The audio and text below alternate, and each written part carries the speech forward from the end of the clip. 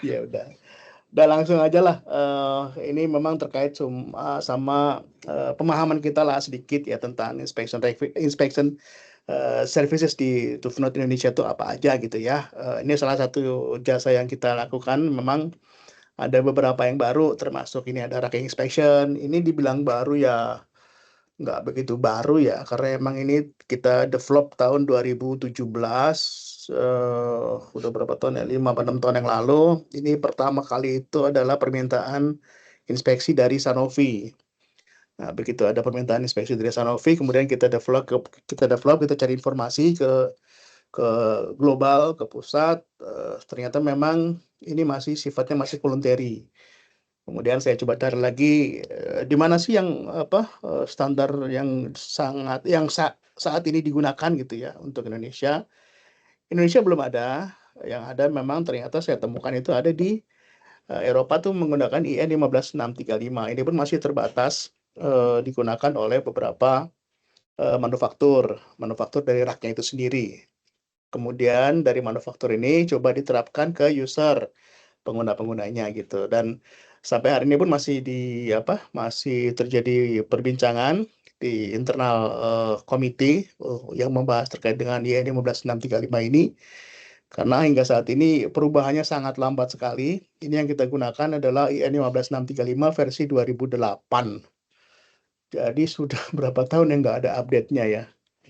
Setahu saya ini akan ada update di tahun 2022, mundur 2023.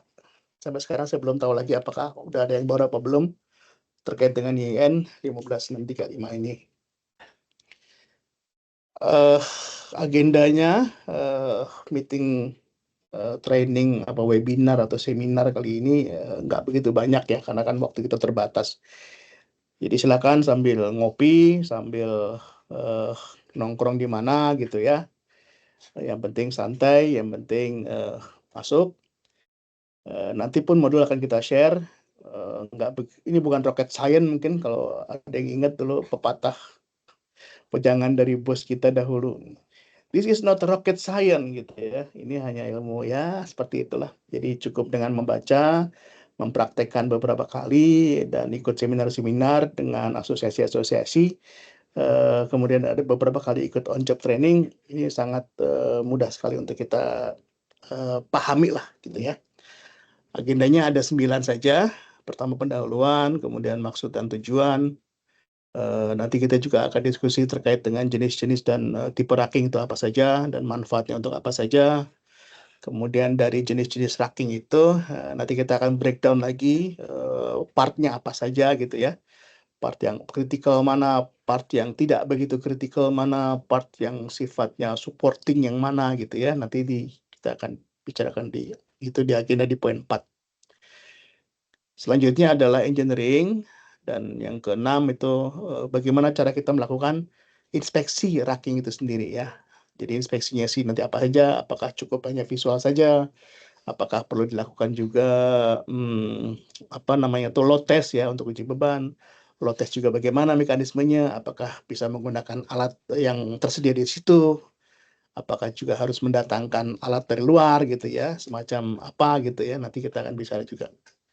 Kemudian standar keberterimaan sesuai dengan standar IN 15635. Dan juga nanti akan pelajari terkait dengan load warning notice atau signing board, papan tempat informasi dari rak itu sendiri, kapan dibangun, oleh siapa, ketinggiannya berapa, terus juga manfaatnya untuk pemanfaatannya untuk menaruh barang apa gitu ya. Terus kapasitasnya berapa ton, itu nanti harus ada tertulis di load warning notice atau signing board itu. Dan yang terakhir kita juga akan diskusi atau bicara terkait dengan checklist inspeksinya seperti apa. Terlalu cepat nggak nih saya bicaranya ya? Nggak ya? Cepatan juga nggak apa-apa biar cepat selesai ya. Aman, Pak. Oke, itu agenda kita hari ini, nggak terlalu banyak. Saya rasa 1 jam atau setengah jam cukup mungkin ya. Kita bicara terkait dengan safety dulu nih, terutama buat Mas Agung nih yang habis punya sertifikat nih, baru berhasil nih meraih ahli K3 umum nih kan. Ini safety banget ini. safety itu beban untuk kita atau sesungguhnya investasi. Ini harusnya Mas Agung yang menjelaskan ini. Safety itu apa? Beban atau investasi gitu ya? Nah, ternyata ya itu ya, safety, itu adalah, meninjau biaya dan manfaat inspeksi racking di warehouse. Yang pertama tanpa inspeksi rutin, kemudian dengan inspeksi rutin, kemudian fakta dan data yang kita temukan apa dan kesimpulannya sebagaimana. Nah, resikonya apa saja kalau kita tidak pernah melakukan inspeksi rutin atas rak itu? Sebetulnya tinggal dibaca aja ya, tapi saya bacakan lah supaya biar kesannya ada interaktif gitu ya. Yang pertama adalah, resiko kecelakaan atau cedera pekerja akibat rak yang tidak stabil atau overload. Ini kalau tidak, menggunakan inspeksi rutin ya. Kemudian juga kerusakan barang yang dapat menyebabkan kerugian finansial secara signifikan. Kemudian kalau kita tidak melakukan inspeksi rutin juga itu berpotensi akan downtime operasional kita. Ketika ada terjadi runtuh misalkan rak kan harus di-stop. Nah, ketika ini kita stop, ya otomatis bisnis kita juga akan stop. Kalau bisnis stop, ya panjang lagi tuh ceritanya tuh, klien akan teriak, kendaraan-kendaraan di depan juga yang akan membawa barang kita juga akan terhenti gitu ya operasionalnya, sementara cost kita harus bayar, biaya sopir, biaya truk, biaya parkir, dan lain sebagainya. Itu hanya akibat dari rak saja. Kemudian juga akan ada potensi, denda atau sanksi hukum akibat ketidakpatuhan terhadap standar keselamatan. Mungkin kalau standar keselamatan truk sendiri di Indonesia memang belum ada aturannya ya, karena, seperti apa yang tadi saya katakan di depan, bahwa Indonesia belum mengadop apapun standar dari internasional, baik itu Amerika, ataupun Eropa, ataupun dari negara Australia, ataupun dari setahu saya ada 4 negara ya, Australia, Kanada, Amerika, sama di negara-negara Eropa. Jepang sendiri pun, saya belum tahu persis, cuma setahu saya Indonesia itu mengadop dari Jepang itu untuk kapasitas rak yang di bawah 250 kilogram. Jadi kalau rak yang di atas 250 kilogram hingga 1 ton bahkan lebih itu justru yang berpotensi bahaya malah belum ada aturannya. Jadi aturannya itu kembali ke si manufaktur, karena manufaktur akan bertanggung jawab selama rak itu digunakan oleh user. Dalam hal ini, pabrik-pabrik ya, gudang-gudang segala macam itu kita panggil mereka itu user. Kalau manufaktur itu adalah, pembuat dari rak itu, dari mulai raw material, melipat, kemudian menginstal, kemudian, inspeksi baik internal mereka, kemudian inspeksi baik kita gitu ya. Jadi selama barang itu digunakan oleh user, itu secara ketentuan itu masih menjadi tanggung jawab si pihak manufaktur gitu. Makanya di dalam signing board itu nanti ada tulisan itu, siapa yang membuat rak ini, tahun berapa, terus kalau terjadi apa-apa harus harus tersedia tuh nomor telepon si manufaktur tersebut. Ya ini kita masih bicara terkait dengan, inspeksi yang, tidak dilakukan secara rutin. Ada lagi apa lagi, yaitu, eee, gangguan alur kerja dan keterlambatan pengiriman yang berdampak pada kepuasan pelanggan, ini tadi sudah saya katakan di depan ya. Kemudian juga reputasi perusahaan dapat terpengaruh akibat ketidakseimbangan dalam sistem keamanan. Kemudian manfaatnya ketika dilakukan inspeksi apa saja?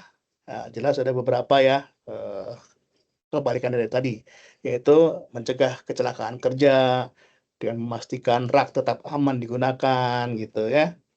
Kemudian juga mengurangi biaya perbaikan dan pergantian rak melalui perawatan yang preventif. Jadi ketika ada terjadi temuan minor itu segera kita perbaiki, ini bisa memitigasi untuk, pengeluaran biaya-biaya yang tidak seharusnya kita keluarkan karena, minor tersebut telah kita perbaiki di awal. Kemudian apalagi, yaitu meningkatkan efisiensi operasional dengan sistem penyimpanan yang lebih terstruktur. Yang selanjutnya yaitu memastikan kepatuhan terhadap regulasi keselamatan dan menghindari sanksi hukum. Nah ini, temuan saya di lapangan kemarin itu kan saya tanya nih, beberapa user itu, alasannya apa sih kok menerapkan, racking inspection gitu ya.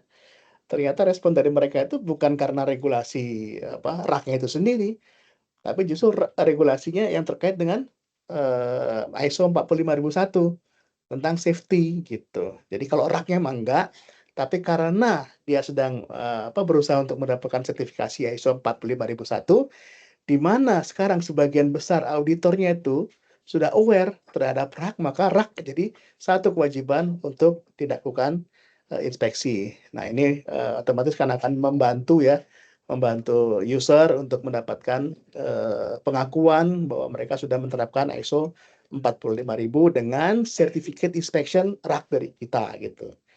Di samping di warehouse itu tersebut tentunya banyak ya item-item yang juga menjadi target dari inspeksinya atau auditnya 45001 ya, termasuk kategori ergonomisnya mungkin, kemudian racking position-nya, kemudian alat pemadam kebakaran di situ ada apa tidak, kemudian tingkat sirkulasi udaranya bagaimana, kemudian tingkat kebisingan, kemudian juga tingkat pencahayaan gitu ya.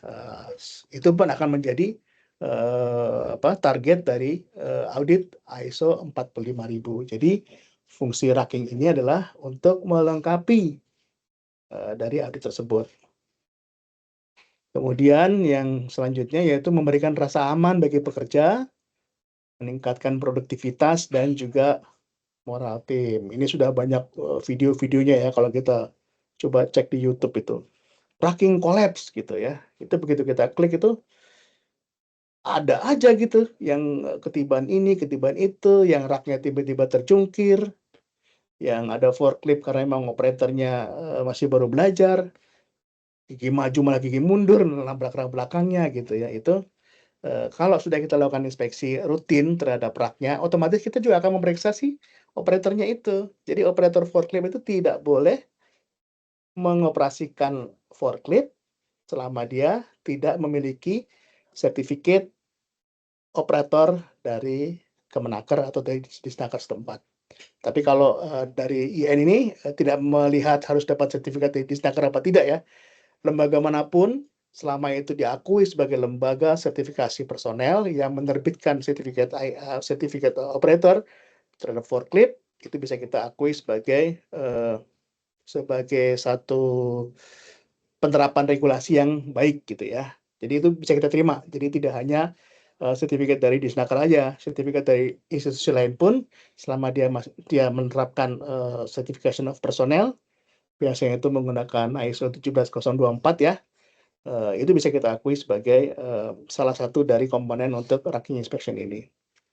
Kemudian selanjutnya yaitu mengoptimalkan pemanfaatan ruang penyimpanan dengan sistem racking yang terkendali. Jadi hasil inspeksi ini biasanya itu dijadikan untuk analisis bagi tim gudang, kemudian juga tim supply chain untuk menentukan barang mana sih yang harus disimpan untuk barang-barang yang bakal stok lama gitu ya. Ini lama nih, jadi di dalam aja nggak apa-apa gitu loh. Oh ini fast moving ini, jadi raknya harus posisi barang ini harus di depan. Seperti itu. Jadi untuk mengoptimalkan pemanfaatan ruang setelah kita lakukan inspeksi itu.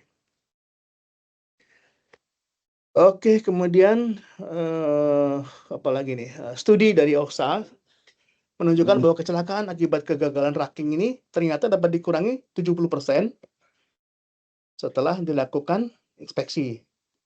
Ini luar biasa ya. Kemudian biaya pencegahan dan inspeksi berkala itu lebih ringan dibandingkan dengan biaya perbaikan setelah kecelakaan. Kemudian warehouse yang menerapkan inspeksi rutin ini mereka mengalami peningkatan efisiensi operasional hingga 30%. Jadi rack inspection ini sendiri sebetulnya ini bukan beban ya, tapi investasi untuk mengurangi potensi kerugian-kerugian di masa mendatang. Jadi itu ya. Oke, kita lanjutkan. Maksud dan tujuannya yaitu sebagai rekomendasi pemeriksaan racking steel di seluruh industri yang menggunakan jenis rak ini sebagai tempat penyimpanan barang di seluruh Indonesia, termasuk juga untuk manufaktur yang memproduksi rak. Kemudian Tujuan rak adalah untuk mengedukasi dan meningkatkan kualitas rak inspektor sesuai dengan standar IN 15635. Kemudian memastikan bahwa pemeriksaan ini dilakukan sesuai juga dengan peraturan keselamatan dan kesehatan kerja yang menggunakan Undang-Undang Nomor 1 Tahun 1970 kalau nggak salah ya, Undang-Undang Kesehatan dan Keselamatan Kerja. Kemudian dengan menerapkan praktik keselamatan ini, kita berharap akan membantu meminimalkan potensi risiko, baik itu pada personel, pada barang, pada bisnis, dan lain sebagainya gitu. Jadi sebetulnya tujuannya cukup mulia ya. Kemudian ini terkait dengan yang ada di Indonesia saat ini. Tadi sudah saya singgung sedikit, rak yang sudah di SNI-kan oleh Badan Regulasi itu menggunakan SNI 0907 tahun 2007. Ini juga belum saya cek lagi apakah ada update-nya apa belum ya. Biasanya kalau SNI kan per berapa tahun tuh? Ada yang per 5 tahun, ada yang per 3 tahun ya. Cuma mengingat lagi tadi, IN sendiri pun sudah lama nggak berubah dari tahun 2008. Ini lebih tua lagi dari 2007. Kalau berdasarkan SNI itu, klasifikasi rak dibagi menjadi 3. Kelas 1, kelas 2, dan kelas 3. Kelas 1 adalah rak yang mampu menahan beban maksimum 250 kg setiap lembar alas. Atau kalau di racking kita panggil itu per bay ya, per satu lembar tempat duduk itu maksimum bebannya itu 250 kg. Jadi kalau panjangnya 2 meter, rak beamnya itu berarti kalau kita ada 2 palet, satu paletnya berarti 250 dibagi 2, berarti 125, 125 itu total 250 kg itu masuk kategori rak kelas 1. Kemudian di bawahnya rak kelas 2, kemudian yang terakhir yaitu kelas 3. Jadi intinya rak yang ada di Indonesia itu masih diklasifikasikan menjadi kelas ini saja. Jadi untuk rak yang bebannya di atas 250 kg itu tidak diatur dengan ini. Dan saya sudah coba cari beberapa SNI, ternyata kok tidak menemukan ya. Mungkin nanti kalau teman-teman ada yang bisa menemukan, nanti tolong saya di-share ya, supaya bisa jadi apa? Jadi bahan masukan, coba akan kita revisi presentasi ini. Baik, ini adalah terminologi terhadap apa itu competent person dan apa itu pallet tracking. Biar kita sama bahasanya dulu ya. Ini ada foto Mas ganteng ini. Competent person yaitu seorang yang telah memperoleh pelatihan, memperoleh kualifikasi, atau memperoleh pengalaman kerja, atau kombinasi antara pengetahuan dan keterampilan yang dibutuhkan untuk melaksanakan pekerjaan secara aman. Ya, itu kita sepakati bahwa competent person itu ya. Jadi orang yang melakukan inspeksi, tapi dia harus sudah memiliki pengalaman, memiliki pengetahuan, memiliki teori, dan memiliki jam terbang, atau paling tidak sudah melakukan beberapa kali on-job training. Nah, kami sendiri sudah menerapkan setiap inspektor sebelum kita percayai untuk melakukan inspeksi itu minimal itu harus mendapatkan 3 kali on-job training ditemani atau didampingi oleh senior inspektornya. Untuk senior inspektor sendiri itu kualifikasinya itu kalau saya tidak salah itu 5 tahun. Setelah dia 5 tahun dia melakukan inspeksi setelah berturut-turut, diharapkan dia itu sudah memiliki pengetahuan yang cukup untuk mengajarkan ke juniornya gitu. Jadi kalau sudah mengalami pekerjaan selama 5 tahun, itu boleh mendampingi junior untuk melakukan on job training. Kemudian pallet tracking, ini barangnya ya. Jadi ini item yang dimuat dalam racking itu namanya tuh pallet. Ya, pallet tracking. Pallet tracking adalah suatu tempat penyimpanan yang dirancang khusus untuk menyimpan bahan menggunakan palet atau skid yang dapat diakses oleh peralatan mekanik, dapat diakses oleh forklift, dapat diakses oleh manual lift, oleh hand lift, oleh apa lagi sih? Banyak ya alat-alat untuk mengangkat pallet tracking ini. Pallet tracking sendiri terbuat dari beberapa barang, beberapa material. Bisa terbuat dari kayu, yang pada umumnya kayu ya. Kemudian ada juga yang terbuat dari plastik, dari HDPE. Kemudian ada lagi yang terbuat dari stainless steel. Jadi tergantung produk yang akan dimuat ke dalam pallet tracking itu, dia ada kemampuan mengkontaminasi raknya apa tidak, mengkontaminasi paletnya apa tidak. Makanya si pallet tracking ini biasanya disesuaikan oleh item apa sih yang akan dimuat di situ gitu. Oke ya, itu pallet tracking. Oke, next-nya kita akan masuk ke pengenalan jenis dan tipe rak. Ada banyak ya, ini yang konvensional itu ada selective pallet tracking, ada double deep pallet tracking, ada drive-in, ada cantilever racking, ada juga shuttle racking. Semakin semakin maju peradaban, semakin maju zaman, ini akan berkembang terus. Tapi pada dasarnya ini, nanti ada lagi masuk ke robotik, ada lagi nanti masuk ke AI, ada lagi masuk ke model conveyor begitu. Jadi ketika barang dimasukkan, nanti ada kamera yang akan mengidentifikasi ini barang-barang apa, beratnya berapa, konsumibelnya apa, dia potensi-potensi bahayanya apa, MSDS-nya apa saja gitu ya. Nanti otomatis si robotnya itu akan menyimpan barang itu di mana gitu. Itu sudah advance ya. Tapi yang kita kenalkan, kita coba basic-nya, karena memang se-advance apapun teknologi, kita harus tahu basic-nya. Karena untuk mengukur tingkat keamanan itu bukan hanya berdasarkan pada tingkat kecerdasan yang dia miliki, namun juga terkait dengan struktur, kekuatan pondasi, kekuatan pencahayaan mungkin seperti itu ya, atau kekuatan sirkulasi udaranya, atau potensi-potensi bahaya yang lain. Itu yang bisa kita lakukan inspeksi di situ. Yang pertama adalah kita coba masuk ke selective pallet tracking, atau kita bisa panggil dengan istilah SPR ya, selective pallet tracking. Ini adalah jenis truk yang paling umum digunakan. Ini sangat cocok untuk berbagai jenis barang dengan penempatan yang fleksibel, penempatan yang gado-gado. Prinsip kerjanya adalah first in, first out.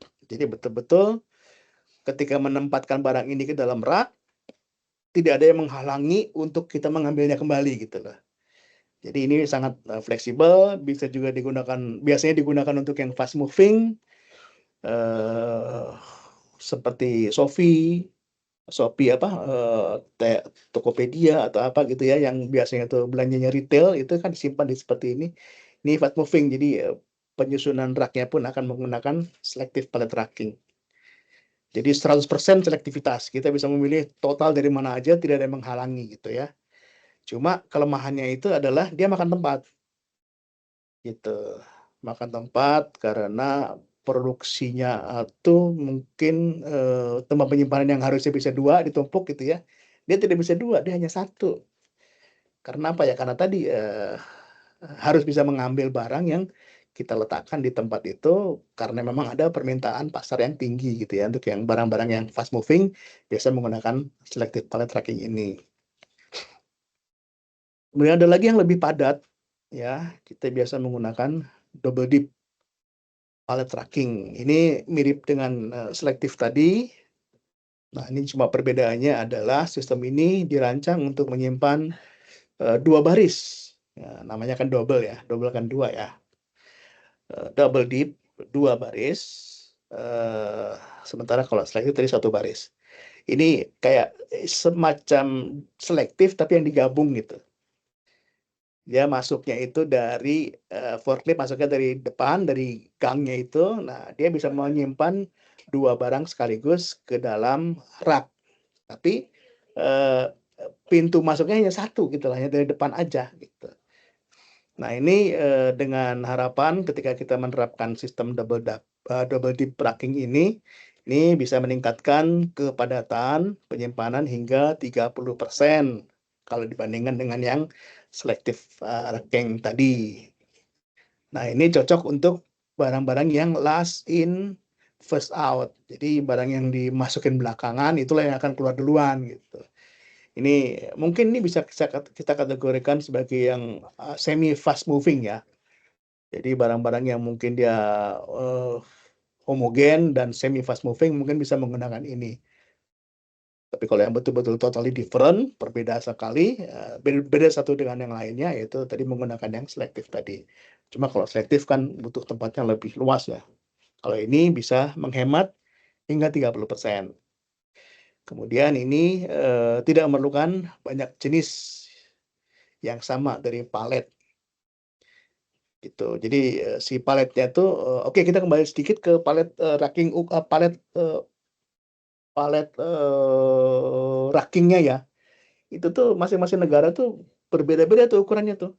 Ada yang 1 meter kali 1,10 meter, ada yang 90 kali 1,20 meter, kotaknya gitu ya, perseginya ya. Itu jadi sebelum kita menggunakan memesan rak ini, itu kita harus tahu dulu, kita mau tujuan ekspornya kemana gitu kalau kita bicara terkait sama internasional ya. Biasanya kalau perusahaan-perusahaan internasional itu ketika dia fokusnya di Amerika misalkan, dia akan set si tempat penyimpanan ini di ukuran 1 meter kali 1,10 meter. Ketika dia berhubungan intensif dengan negara-negara di Eropa, maka otomatis raknya pun akan menyesuaikan untuk palet standar mereka juga gitu. Itu biasanya seperti itu. Tapi ada juga desain untuk rancangan bahwa si paletnya itu nanti ada semacam beam ekstra. Jadi satu desain tapi dia bisa menampung berbagai jenis ukuran palet. Ukuran 1 meter dia masuk, ukuran 1,10 meter dia bisa masuk, gitu. Terus kemudian ukuran yang lain juga bisa masuk. Cuma kalau menggunakan skema seperti itu, ya ada plus minusnya ya. Plusnya ya dia bisa multi penyimpanan, kemudian minusnya ya ini akan jadi cost ya, karena biaya yang harusnya kita hanya satu BIM saja, kalau kita menerapkan sistem yang multi BIM ini otomatis kita harus menambah uang ekstra untuk membeli tambahan-tambahan BIM ini. Tapi ini sih biasanya terkait sama si user gitu ya. Ini perbedaan antara single dip dan double dip. Nah, ini ada lagi yang drive-in. Drive-in ini satu lorong rak ini bisa dimuatkan 4 sampai 5 bahkan 6 karena sistem itu menggunakan rel. Ya, jadi kalau kita lihat itu di gambar, mungkin kelihatan nggak ini? Ini kan ada gambarnya nih, gambar-gambar yang kuning ini kalau yang saya tunjuk ini. Ini sebetulnya tuh rel. Jadi ini paletnya ada 1, 2, 3, 4 ya dari sini. Ini dimasukkan dari sisi sebelah kiri, masukkan ke kanan, ini diletakin satu aja, dia otomatis dia akan ketika dia ditaruh di depan, dia akan berdiri di posisi depan sini. Ketika palet yang lain masuk, ini akan mendorong palet yang depannya akan ke belakang. Palet yang kemudian masuk lagi, palet yang ketiga, ini akan mendorong 2 palet di depannya. Ketika dimasukkan palet yang keempat, dia akan mendorong 3 palet di depannya, dan begitu seterusnya. Karena ini miring ke depan gitu. Jadi titik depan itu lebih rendah daripada titik belakang. Ketika palet 1 diambil, depan ini yang 3 di belakangnya itu akan otomatis akan menggelundung, apa bahasanya itu, tergelincir lah ke depan gitu. Tapi pelan dia, pelan sampai nanti dia berhenti di titik depan sini, dia akan stop. Begitu juga ketika yang lainnya akan diambil sampai dia habis. Ambil 2, 2 akan maju, ambil 3, 1 yang belakang dia akan maju. Dan selalu nanti ujungnya itu akan berakhir di depan sini. Harapannya adalah ketika barang paletnya itu sudah sampai depan akan memudahkan forklift untuk mengangkatnya. Karena forklift biasanya itu badannya kan lebih lebar ya dari rak ini ya. Ada yang bilang, "Pak, kan bisa itu kita punya rak yang forknya panjang," gitu. Jadi ketika dimasukkan ini bisa langsung ke depan sana ya. Nah, ini pun sebetulnya tidak berlaku tidak diizinkan ya, sesuai dengan Permenaker nomor 8 tahun 2020 terkait sama penggunaan pesawat angkut dan pesawat angkut. Forklift itu tidak boleh dimodifikasi forknya, garpunya itu nggak boleh. Kalaupun mau dimodifikasi, lebih panjang, otomatis titik jungkitnya lebih tinggi dan barang yang dinaikkan ke dalam forklift itu akan tidak boleh lebih tinggi dari grafik yang sudah tersedia.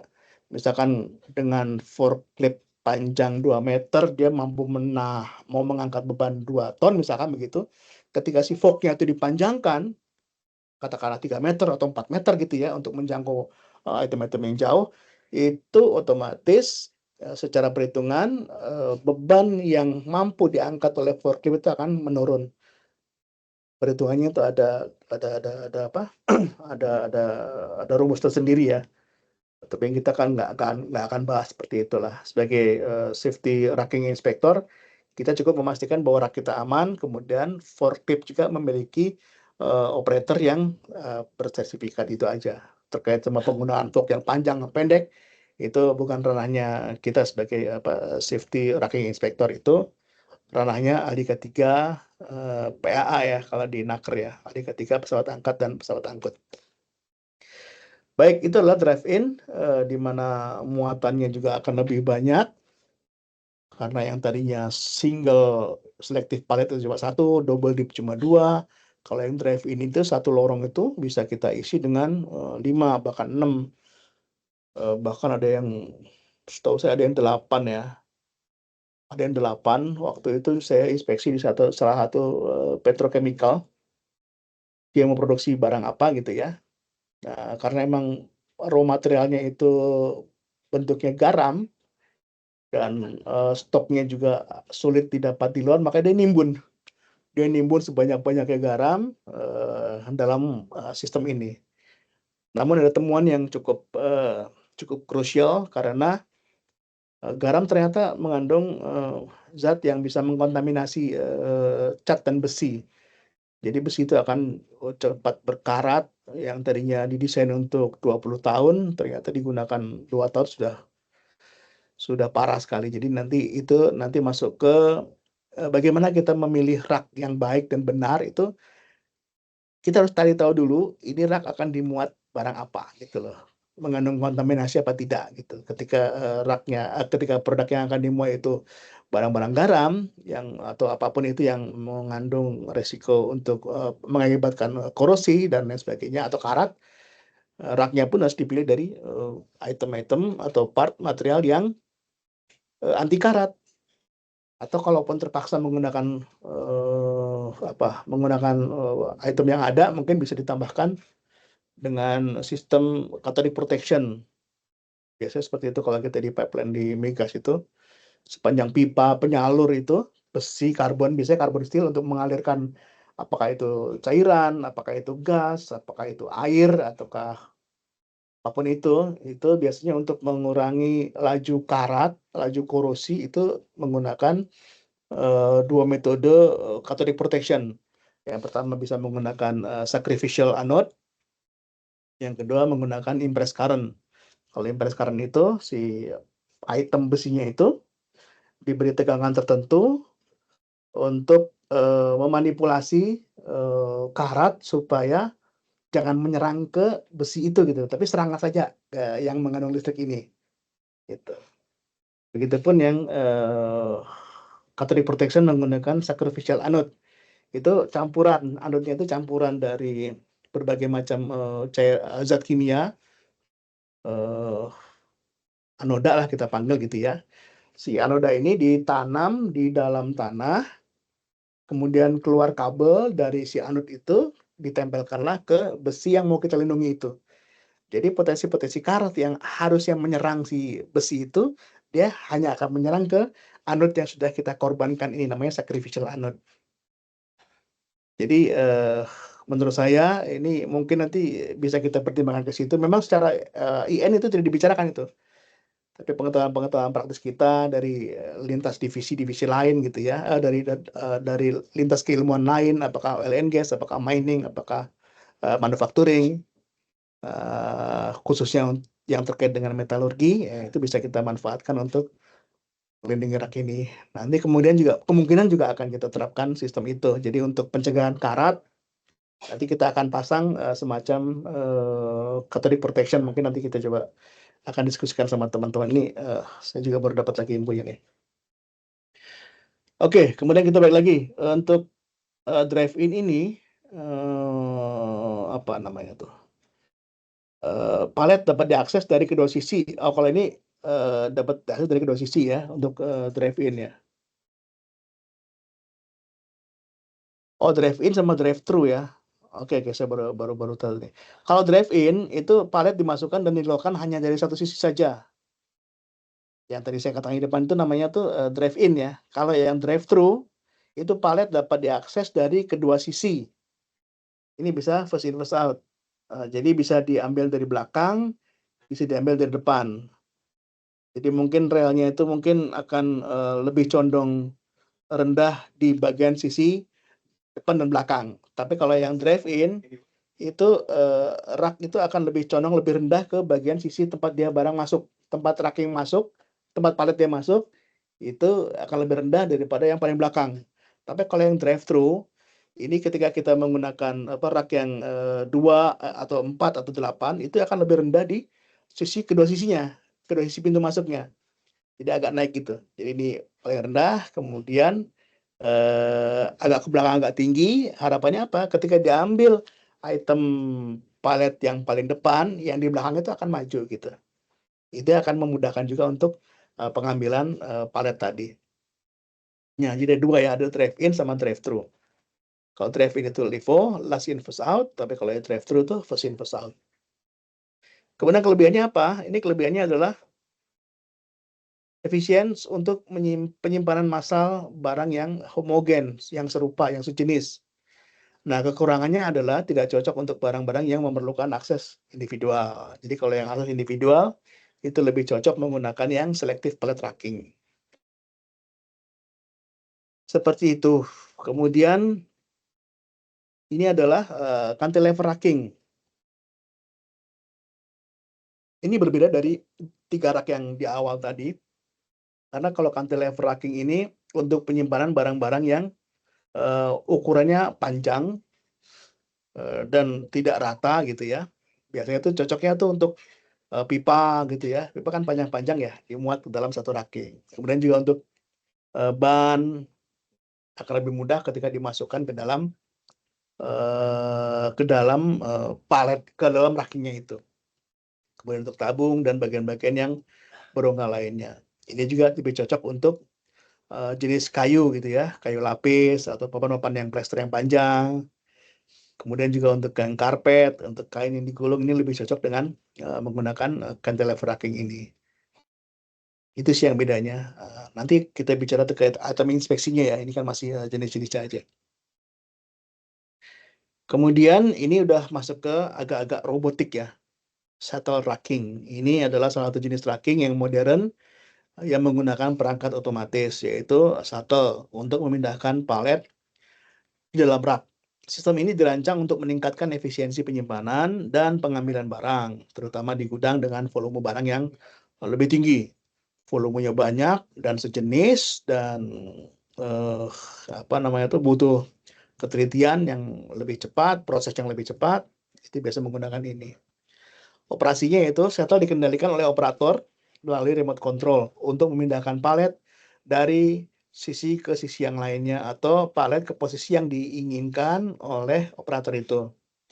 Kemudian metode penyimpanannya ini bisa first in first out karena barang yang masuk pertama dari sisi ini, ada sisi ini kita panggil sisi depan ya. Sisi depan sama sisi belakang kalau kita lihat dari gambar ya. Nah, kita asumsikan ini adalah sisi depan. Ini adalah sisi depan. Ya, itu kalau kita lihat ini ada apa nih robotnya ini. 02 ini kalau kita lihat yang kedua ini robotnya. Ya, nanti ada palet akan naik ke atas ini, dari atas ini nanti akan diarahkan ke lokasi mana dia akan berhenti. Gitu. Nanti selesai bekerja, nih si robotnya ini bisa kita angkat, kita pindahkan ke rak sebelahnya sih. Jadi nomor 2, ini robotnya ini bisa kita pindah-pindahkan untuk masuk ke sini atau masuk ke sebelah kanannya atau masuk ke atasnya. Ini kan atas ada lagi tuh. Ini atas kemana gitu ya. Ini menggunakan baterai dan dia biasanya setelah dia bekerja berapa lama nanti dia dicas gitu ya. Ada beberapa biji. Ada service center untuk ngecasnya. Saya izin Pak. Ya, siap. Boleh tanya Pak nggak Pak? Langsung. Langsung saja, monggo, silakan. Oke, Ini kan alat yang unik ya, Pak ya. Saya juga Heeh. pernah mainan sama ini. Cuman saya belum tahu ketika itu eh proses rak inspection itu apakah termasuk inspeksi si alat ini juga nggak sih, Pak? Kalau enggak, kalau secara IN 15635 ini nggak dibicarakan nih. Kita hanya bicara yang apa konvensionalnya aja. Ini nggak masuk ke sini ya, Pak. Padahal secara proses safety itu dia kan menggerakkan ya, Pak ya. Betul, Bisa jadi betul, kayak lewat over gitu. Sensornya betul, rusak segala macam. Tapi nggak masuk betul. IN tadi ya, Pak ya. Nggak masuk karena kalau itu masuk konsekuensinya adalah forklift juga masuk. Oh, oke. Jadi kita hanya fokusnya keraknya saja. Jadi ketegak lurusannya, bracing-bracingnya gitu. Kalau itu masuk ke yang lain, kalau itu merusak ya silakan diperbaiki gitu. Tapi itu di luar racking inspector kita gitu. Oke, makasih, Pak. Sip, oke, thank you. Kemudian apalagi nih untuk efisiensi ya, ini bisa mengeliminasi kebutuhan lorong di antara setiap rak. Ini cocok untuk penyimpanan massal dengan stock keeping unit yang rendah gitu. Jadi barangnya itu betul-betul sama semuanya, mungkin keluarnya akan lebih lama, kita membutuhkan space yang lebih padat, biasanya menggunakan ini. Gitu. Terus tingkat kerusakan barang itu agak kecil ya karena human intervensinya tuh hanya ketika dia barang dimuat di atas mesinnya ini aja. Ketika palet dinaikin sini itu campur tangan manusia di situ. Ketika barang sudah maju ke sana itu betul-betul mesin. Jadi asumsinya akan presisi gitu ya. Lurus, berhenti di mana, titiknya tepat itu seperti itu. Jadi ini pun inspeksinya pun nggak serumit kalau kita melakukan inspeksi apa yang single yang selektif ya. Karena kalau yang ini kan kita hanya periksa bagian-bagian depan aja. Asumsinya apa? Asumsinya adalah di tengah itu kecil sekali terjadi apa? Terjadi defect karena tabrakan, karena benturan gitu. Karena rak itu penyakitnya itu yang utama adalah dia selalu berhadapan-hadapan dengan forklift. Ketabrak lah, kesenggol lah, apa gitu ya. Selama dia nggak kesenggol, dia nggak ketabrak, itu tetap akan stabil di situ. Gitu. Jadi ini fokusnya kita inspeksi biasanya di bagian depan nih. Nanti kita cek nanti apanya gitu, cek baut-bautnya, cek apanya gitu. Oke, nanti nanti itu next sih kita diskusi belakang. Kemudian selanjutnya adalah partnya nih. Nah, ini baru kita masuk ke part-partnya apa aja sih yang harus diketahui oleh seorang inspektor itu gitu. Inspektor ini bisa inspektor kita ya, bisa inspektor eksternal kayak semacam Tufla kan sebagai inspektor eksternal, tapi si pabrik, si manufaktur dia harus punya juga inspektor internal. Makanya beberapa kali kita lakukan training atau ketika kita melakukan inspeksi ke site, biasanya sehari setelahnya itu kita lakukan evaluasi apa temuan-temuan kita di lapangan. Nah, biasanya ketika kita menjelaskan, "Ini ada temuan lo ya, bracing kamu bengkok ya, bengkoknya sekian mili." Itu user kadang nggak tahu, sekian mili emang bahayanya apa? Terus gimana cara ngitungnya? Terus definisinya apa aja sih, nama alatnya apa aja? Lah itu kalau belum kita lakukan training kadang mereka bingung, mereka juga butuh penjelasan, kita jelaskan sekali 2 kali kadang nggak cukup. Makanya beberapa akhir-akhir ini atau di tahun-tahun ini, tahun 2025 ini, setiap kali kita memberikan jasa untuk layanan inspeksinya, itu kita kombinasikan dengan layanan untuk training. Karena setiap user, setiap manufaktur yang menggunakan rak itu wajib tahu bagaimana cara inspeksinya, terus bagaimana perlakuannya, namanya apa saja, nyebutnya bagaimana ketika mereka request ke kita. Kadang ada, "Pak, tolong saya inspeksi Pak, racking. Rackingnya gimana?" "Ya pokoknya itu bisa muat nampung 100 palet." "Jenisnya apa?" "Oh jenisnya rak pokoknya sih." Kan kita bingung bikin apa, bikin proposal ya. Makanya, biasanya kita lakukan training dulu, "Pak ini jenis raknya seperti ini, eee, kapasitasnya segini, cara membacanya seperti ini, terus, standar apa, accepting kriterianya seperti ini." Ketika mereka sudah hafal di depan, jadi sebelum dia mengundang kami sebagai jasa pemeriksaan inspeksi pihak ketiga, mereka sudah aware tuh, "Oh ini akan terjadi potensi bahaya nih dan pasti akan jadi temuan soal inspektornya." Karena mereka sudah, perbaiki atau ganti dengan yang part yang baru gitu. Karena memang diizinkan mengganti BIM yang bengkok dengan BIM yang baru, tapi syaratnya adalah sama gitu. Biasanya kalau manufaktur jualan ke user itu, mereka menjual produk sekaligus ada spare part-nya gitu. Ketika nanti ada bracing yang bengkok, ini buat gantinya. Ketika beam ada yang bengkok, ini gantinya gitu ya. Oke, kita sekarang ke apa sih yang nempel di rak itu apa aja gitu ya. Kita coba lihat dari sini dulu nih. Kita besarkan yang kanan ya.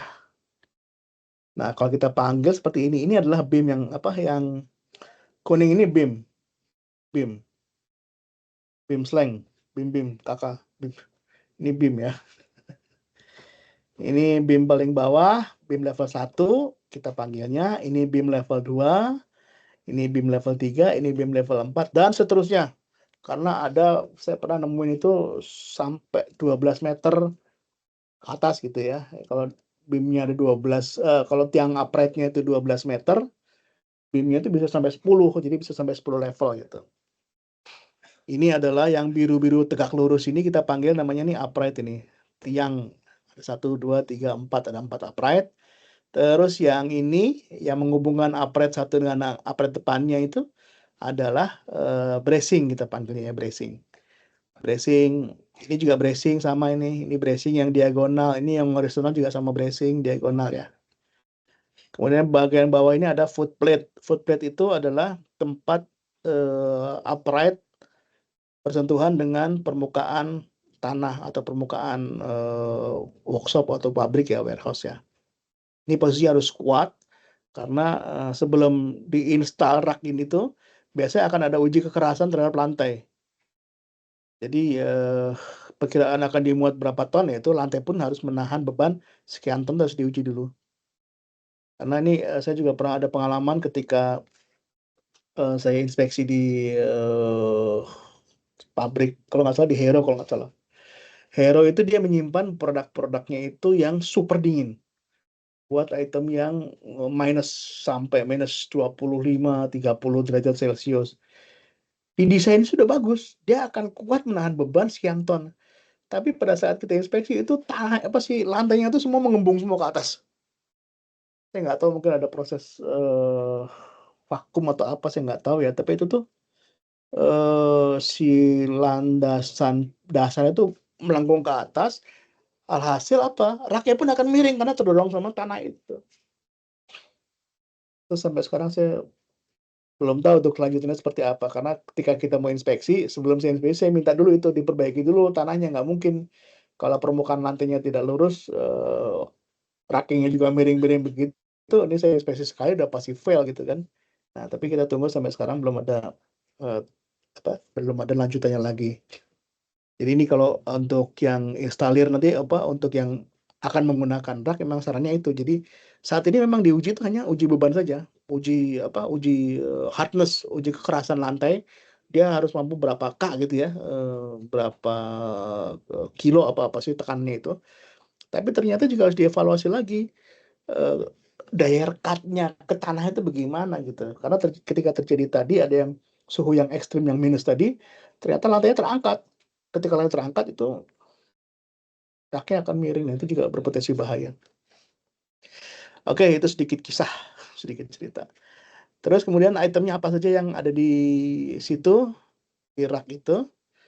Nah, nanti di sini ada namanya itu kolom protektor. Ini untuk melindungi upright ya. Kalau tadi kita bicara terkait sama raknya ini, udah tahu semua ya. Ada beam, ada bracing, ada upright. Nah, kemudian untuk supportingnya ini. Nah, ini satu dari sini dulu kita ambil ya. Ini wire deck ya.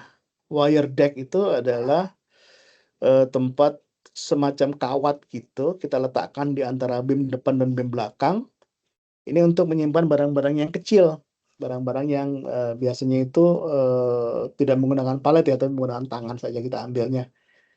Wire deck atau juga barang yang besar ada cuma mungkin karena size paletnya tuh lebih kecil dari desain yang sudah kita buat di rak. Biasanya menggunakan wire deck ini adalah untuk mensiasati palet yang lebih kecil dari rak gitu, jadi akan tetap di tengah. Tapi posisi ini pun diharapkan selalu di tengah karena emang rak ini selama dia tidak miring, dia beban berapapun dia akan kuat selama dia tegak lurus. Tapi setelah raknya itu terjadi tabrakan, bengkok gara-gara ketabrak sama forklift, itu kekuatan upright-nya itu otomatis akan berkurang sangat signifikan. Makanya nanti ketika kita melakukan evaluasi atau melakukan inspeksi terhadap upright, itu ada ketentuannya. Dia boleh bengkok, bekas ketabrak, tapi hanya kecil satuannya. Hanya 3 atau 5 mili saja. Lebih dari itu sudah langsung masuk kategori green, lebih dari double-nya bisa masuk kategori ke merah. Kalau udah kategori merah, ini rak ini tidak boleh digunakan sampai itunya diganti selamanya. Jadi ada pengkategorian ya. Itu makanya kalau tiang itu mau itu mau dikasih beban sebesar apapun juga, selama tiangnya itu masih tegak lurus dan kokoh, tidak ada bekas-bekas benturan, itu kami garansi bahwa dia akan kuat gitu kan secara teorikal ya. Oke, next ini ada namanya skid support. Ini adalah untuk menambahkan support untuk kembali seperti tadi ya, untuk mensiasati size daripada palet itu. Karena ada berbagai negara kan beda-beda ya ukurannya gitu. Kemudian apalagi nih, forklift clearance bar. Nah, ini adalah clearance bar untuk memudahkan pisau forklift masuk ke bawah gitu. Biasanya tuh ini barang-barangnya itu tidak ada paletnya. Kalau produk yang dinaikkan itu tidak ada paletnya, bisa kita naikkan langsung, tapi harus ada forklift clearance bar ini dipasang langsung di dalam sistem. Jadi dipasang di atas beam sini. Palet support, ini palet support juga diletakin sini, fungsinya juga sama untuk memperkuat beam bagian depan dan bagian ke belakang, biar dia tidak bergeser secara lateral, bergeser ke depan ke belakang, gitu ya. Ini fungsi dari si palet support ini. Kemudian ada lagi namanya apa nih? Back to wall tie. Nah, ini kita ke sini ya. Langsung ke sebelah kiri aja. Back to wall tie. Ini kalau secara secara teori itu dimungkinkan ini kita pasang. Cuma ini sangat direkomendasikan kita harus tahu dulu di daerah itu tuh rawan gempa apa tidak. Karena kalau support rak ke dinding menempel secara statis seperti ini, ketika terjadi gempa, justru ini berpotensi untuk menarik rak menjadi rubuh gitu. Jadi untuk pemasangan back wall tie ini memang boleh diizinkan, tapi harus dievaluasi dulu apakah daerah itu rawan gempa apa tidak gitu. Jadi yang fungsinya, filosofinya adalah untuk memperkuat rak supaya nggak rubuh, tapi kalau memang daerah itu rawan gempa, bahaya sekali. Ini bisa menginisiasi dia rubuh gitu. Nah, makanya di IN 15635 itu tidak disebutkan, tapi kalau di standar Australia, ini jadi temuan kemarin tuh. Karena memang Australia, saya nggak tahu ya apa daerah gempa apa gimana.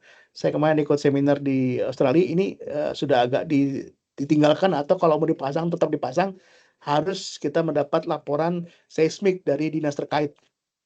Biasanya kita minta laporan di sini, gempanya sebesar apa sih, dan setiap tentu berapa kali, kan bisa kita evaluasi itu. Memang fungsinya membuat penguat, tapi jangan sampai gara-gara penguat, tapi dia malah bisa menginisiasi terjadinya keruntuhan akibat gerak seismik tanah. Ya, yang di bawah juga sama ini, back to back tie juga sama. Ini kalau back to back tie ini penghubung dari rak depan ke rak belakangnya tadi.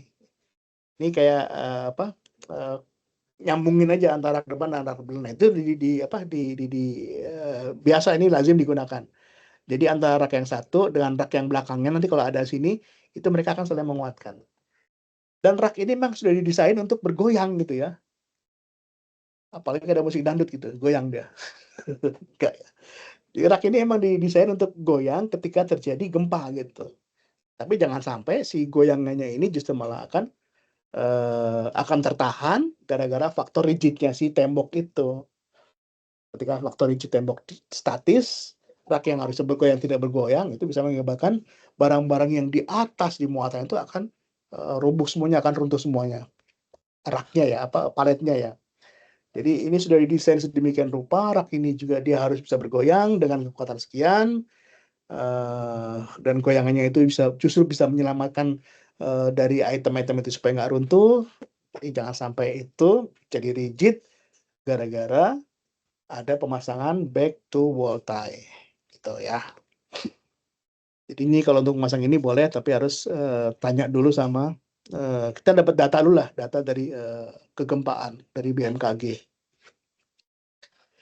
Kemudian ada lagi namanya drum holder. Ini adalah holder untuk menyimpan apa namanya tuh produk-produk yang sirkum ya, yang lingkaran ya, bisa drum, bisa kaleng cat mungkin, apa lagi ya, atau mungkin ada ban yang karena rak cantilevernya penuh, terpaksa harus nyimpan di sini, itu harus ada drum holder ya. Oke, kemudian ini ada lagi untuk reel holder. Ini reel holder ini tempat penyimpanan untuk barang-barang yang kawat seperti ini. Dan ini akan terus berkembang. Ada lagi yang baru bisa dipasang di situ, ada lagi yang baru bisa dicantelin di situ. Jadi emang ke depannya itu akan mungkin banyak lah ya yang bisa kita manfaatkan atas kehadiran dari rak ini. Oke, next dari sisi engineering sekarang kita lihat. Jam berapa sih ini? Oh, jam 11. Oke, kita cepat aja. Basic racking ini seperti ini ya. Jadi kalau kita dapat order dari siapa atau kita mau mengorder ke siapa gitu, ini untuk apa? Untuk percakapan, untuk diskusi antara engineering sama warehouse sama kami sebagai lembaga inspeksi atau sebagai kepada QC mereka internal inspection. Ini kita harus pahami, harus sepakat dulu ini. Ini kalau dalam satu racking ini dalam rak seperti ini kita panggil adalah rak dengan 3 kolom dan 2 bay. Nah, ini kolomnya kita hitung, ada kolom yang biru-biru ya. Ini kan kolom 1, ini kolom 2, kemudian ini kolom 3. Ada 3 kolom, B-nya ada B1, B2. Ini juga sama B1, B2. Jadi ini ada 2 bay dan 3 kolom. Biasanya di sini ada lagi 1 bay lagi nih, biasanya gitu kan, untuk supaya barang ini bisa kita masukkan ke dalam sini. Tapi ini kita langsung ke lantai nih. Oke, kita sepakati dulu bahwa ini adalah rak 2 bay, 3 kolom. Kemudian terkait dengan apa namanya bracing frame. Kalau kita lihat tadi di sini kan ada kolom 1, kolom 2, kolom 3 ya. Ini kolom 1 yang kita lihat yang biru-biru aja nih. Ini kolom 2, kemudian ini kolom 3. Kemudian kalau kita lihat ini kolom ya, kolom 1 tapi dilihat dari angle sebelah samping. Spine bracing harus selalu disesuaikan jika ada perubahan pada konfigurasi balok. Spine bracing dirancang untuk bekerja secara spesifik pada konfigurasi tertentu. Perubahan tanpa penyesuaian dapat mengurangi stabilitas dan keamanan racking nih. Jadi kalau kita lihat tadi kita lihat ini kita besar ya. Ini originalnya seperti ini misalkan nih. Ini original nih. Ini upright depan, ini upright belakang. Ya, ini upright depan. Asumsikan ini adalah beam ke sana lah, ini beam ya. Si bracing ini didesain oleh manufaktur itu selalu titik jatuhnya itu nguncinya itu ada di setiap beam. Lari ke atas, ini ada beam ya. Ini beam. Begitupun ini ada beam. Beamnya itu selalu akan bersinggungan dengan ujungnya si bracing. Tapi karena kita mungkin ini kan cuma ada berapa beam ini, cuma ada 1, 2, 3, cuma ada 3 space untuk menaruh barang. Kita belum butuh space lebih nih untuk naruh barang apa gitu. Kan mau nggak mau kan beamnya kita tambah nih. Kita lihat dari beam yang B ini 1, 2, 3, 4. Otomatis akan nambah volume untuk penyimpanan barang.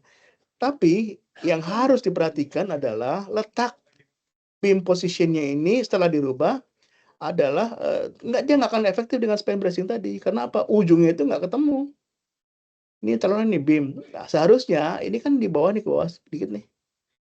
Bracingnya di bawah. Yang ini juga ini terlalu tinggi nih, harus ke bawah. Ini juga harus ke bawah. Memang secara apa ya, secara bisa atau enggak bisa saja gitu kan, nggak ada pengaruh, boleh-boleh saja juga secara kalau mau sendiri ya silakan, tapi ini akan mengurangi quality daripada rak itu sendiri yang harusnya didesain bisa menampung satu rak ini misalkan berapa 10 ton ya, in total 10 ton, tapi dengan kondisi seperti ini ya berpotensi bahaya kalau ini kan. Nah kemudian kita desainnya seperti ini. Inilah yang ideal. Jadi kalau kita mau menambah beam, boleh-boleh saja, atau mau naikkan dan menurunkan, syaratnya bracing juga harus bergeser, turunkan ke bawah. Ini juga sama, turun ke bawah, gitu ya. Jadi antara akhirnya ya kekuatannya akan sama. Ya, seperti itu. Nah, kalau di lapangan sekarang yang saya sering ketemu tuh ini sangat banyak sekali. Karena apa? Ya karena mereka nggak tahu ilmunya, nggak tahu apa aturan mainnya seperti apa. Jadi dianggapnya tuh kalau bracing-bracing ini sudah desain sama pabrik, ini nggak bisa digeser. Jadi yang boleh digeser ya terserah kita lah. Kita mau naruh berapa beam gitu, mau 4 beam, mau 5 beam, mau 6 beam, oke lah gas aja gitu kan. Tapi secara hitung-hitungan engineering itu salah ya, karena akan mempengaruhi dari total bobot maksimum yang dia bisa pegang. Pak, mau tanya. Ah, Kalau yang dua itu kan Bapak sering ketemu. Nah, itu dijadiin NCR nggak sih, Pak? Atau cuma rekomendasi aja? Maksudnya kan kalau yang tadi Bapak bilang kan mm, originalnya seperti mm, yang pertama. Dan harusnya tuh mm, si, apanya tuh, mm, aduh saya lupa. Itu kan sesuai dengan bracing. si BIM, iya, Mm, bracingnya, BIM-BIM-nya mm, kan. mm, Itu. Nah, mm. kalau yang B, Bapak ketemu B itu dijadiin NCR, Pak? Apa enggak? Kalau yang sehari sih nggak saya tahu kasih temu apa, nggak saya laporkan itu, nggak saya bikin rapot karena kan itu karena ketidaktahuan mereka. Ya ini barang ini bukan satu dua, satu gedung gitu, jumlahnya ratusan gitu. Kalau untuk modifikasi ini semua ya mau nggak mau ya itu harus mengundang apa instalator lagi kan lama. Cuma akhirnya pelan-pelan juga kita edukasi mereka, Pak, ini kalau memang kondisi seperti ini beban maksimumnya tuh jangan dilampaui ya. Misalkan beban maksimumnya kan misalkan satu B itu katakanlah 3 ton. Makanya kemarin saya beberapa BIM juga saya turunkan tuh, Pak, ini tolong jangan 3 ton ya. Kita muatin dengan 1 ton aja ya. Loh, kenapa? Kan manufaktur boleh 3 ton. Iya, Bapak udah merubah ini, Pak, gitu loh. Asumsinya kalau itu tidak apa-apa ya bukan di kita juga, yang kami juga sebagai inspeksi company juga akan menanggung keluhan dari yang lain. Bapak juga akan rugi juga. Jadi kita cari solusinya win-win solution. Coba Bapak Oh, perbaikilah seperti inilah pelan-pelan saja. Mungkin ketemu satu batu. Nanti kalau siapapun rak manapun yang kosong, coba dimodifikasi lagi, disetting ulang. Cuma begini kadang-kadang si warehouse itu barang yang datang itu beda-beda ukurannya. Kadang datang ukurannya 3 meter tingginya, kadang ukurannya ketingginya cuma 2 meter, kadang lebih rendah dari itu. Tapi bobotnya sama. Lah, ketika mereka menerima beban yang satu palet yang tingginya itu melebihi 3 meter, mau nggak mau kan beam di atasnya harus copot itu. Dibongkar-bongkar supaya barang ini bisa masuk. Nah, ya itu ketika masuk ini agak kesulitan dia untuk merubah si paletnya itu. nah, Pak, Memang di mm, di standar itu kan yang diharuskan yang akan ya, Pak. Maksudnya ya. dia boleh dimodif tapi sesuai dengan si yang tadi Bapak bilang. Nah, Mm, berarti kan kalau misalkan udah yang B, sebenarnya itu udah jadi temuan nggak sih, Pak? Maksudnya untuk next, misalkan emang Bapak nggak dijadiin NCR nih di tahun mm, ini karena ketidaktahuan mereka. Setelah mm, kita info, nah tahun depan tuh harusnya dibongkar seperti ini gitu. ya, Atau ya. memang ya udah gitu aja, Pak. Takutnya maksudnya ada, saya nggak tahu ya nantinya nextnya ke depannya misalkan klien tuh punya punya HSE tim terus Mm, mereka mendalami si ISO ini IN mm, ini terus mm. mereka nanya kenapa ini nggak dijadiin em, Temuan NCR gitu ya. gitu Pak, cuma gitu sih Pak. Iya, iya, iya, iya. Memang di awal-awal udah saya sampaikan memang seperti itu. Terus ya nggak tahu lah ya, ada ketimuran kali ya. Coba kalau emang jujur emang ya banyak yang minta maaf gitu akhirnya. Udah kayak lebaran aja maaf-maafan gitu. Ya, apalagi yang di Bali itu kan yang dia punya minuman itu juga seperti itu. BIM yang pertama juga kan itu kalau kita lihat lagi, nih BIM ada BIM 1, 2, 3 nih. BIM yang pertama itu tidak boleh lebih dari 1,2 meter dari lantai. Aktualnya kita temuin juga BIM yang pertama itu kadang di 2 meter, kadang di 1,75. Karena apa? Karena untuk dia bisa masukin barang ke sini. Ini ini asumsikan nih BIM pertama di sini misalkan ini BIM pertama nih atau kita lihat yang gambar ini dah. Ini BIM pertama, ini BIM kedua, BIM ketiga. Ketika barangnya itu ini deh, nih. Oke, bisa digini nggak? Nah, ini taruhlah ini BIM,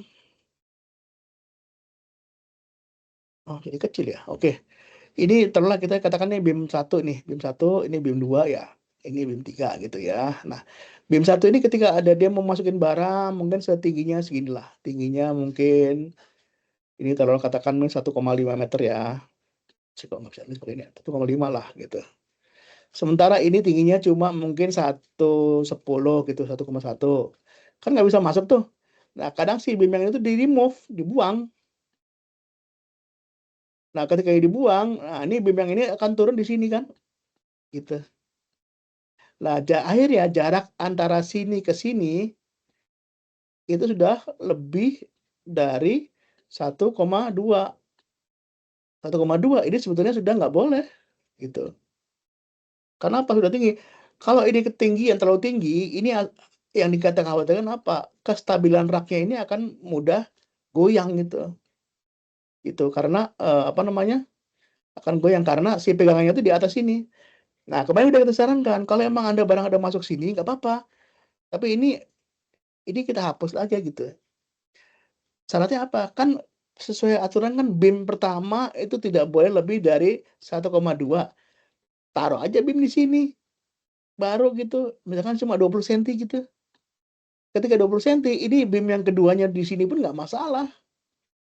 Tetap barang ini juga akan bisa masuk ke sini akhirnya. Nah, gitu. Ini sebetulnya cuma permainan apa? Struktural desain saja. Kalau memang ketentuan kenapa sih harus beam pertama itu di bawah 120? Nah, itu filosofinya adalah ketika terjadi apa namanya tuh sesuatu hal yang tidak inginkan ya, apakah kebentur kena forklift, apakah ada mungkin gempa kecil gitu, dia masih akan stabil gitu. Kalau ada beam yang pertama ini. Tapi kalau beam pertama yang sudah di sini, ini kan dari kaki kan langsung ke tanah ini, nggak ada pegangan apa-apa di sini, ya itu yang berpotensi berbahaya gitu. Makanya beam yang pertama itu disarankan di angka ini. Nah, ketika beamnya udah pindah ke sini, atau ini dicabut terus pasang beam satu ke sini, itu masih kita toleransi gitu, masih diizinkan. Nah, temuannya ya paling kita nasehatin, kita bilangin, Pak, ini tolong ada temuan, kalau memang Bapak mau kita berikan sertifikat, ya tolong dipenuhi aturan IN-nya ini. Tapi kalau IN-nya Bapak tidak bisa penuhi, ya mohon maaf, ini tidak akan kita approve. Kecuali kalau Bapak punya sisi perhitungan engineering yang bisa kita buktikan, mungkin itu dengan apa, dengan SolidWorks kah, apa dengan apa, uji beban, simulasi beban gitu, bisa kita pastikan bahwa ketika terjadi beban, ketika terjadi gempa sekian Richter gitu, dia masih oke, asal bisa membuktikan secara simulasi ya oke gitu, kita nggak masalah kita gunakan itu. Gitu. Nah, yang di Bali itu ketika ada temuan seperti ini, di belakangnya itu setelah ini ada ini, di belakangnya itu dia pasang bracing panjang, melintang gitu. Ini beam. Nah, ini kuncinya mengunci sini satu, mengunci sini satu. Nah, ini asumsinya ini udah lebih kuat. Jadi ketika beamnya di atas, ini di bagian belakang sini ya. Ketika dipasang beam di bagian belakangnya itu, ini tetap masih kuat gitu. Makanya kita izinkan. Tapi tolong untuk nextnya ya dipertimbangkan lagi lah untuk memanfaatkan yang ada saja sesuai dengan aturan yang berlaku. Kalau enggak juga kita repot juga, kita mau ngasih sertifikat kan. Takutnya nanti kalau terjadi apa-apa, ya amit-amit kita sebagai lembaga inspeksi juga kita berbahaya juga posisi kita. Gitu. Ini kan dapur kita nih harus kita jaga nih. Oke ya, next ya. Udah jelas ya. Oke, kita next. Nah, ini tipe-tipe palet. Palet itu kayunya ya. Ada palet yang kayu, ada yang plastik tadi, ada juga yang besi. Wah, waktunya udah cepet bisa. Nah, ini adalah palet di mana solid one piece member yang ini. Yang A nih. Mana sih A tuh ini ya? Piece gitu ya. B itu palet where bearer are a combination of a top deck and bottom board separated by pallet block. Ya, seperti itulah. Ini beamnya nih. Sorry. Bearer nanti, oke. Ini tipe-tipe palet nanti bisa kita pelajari lebih lanjut lah. Ini untuk pengukuran gang.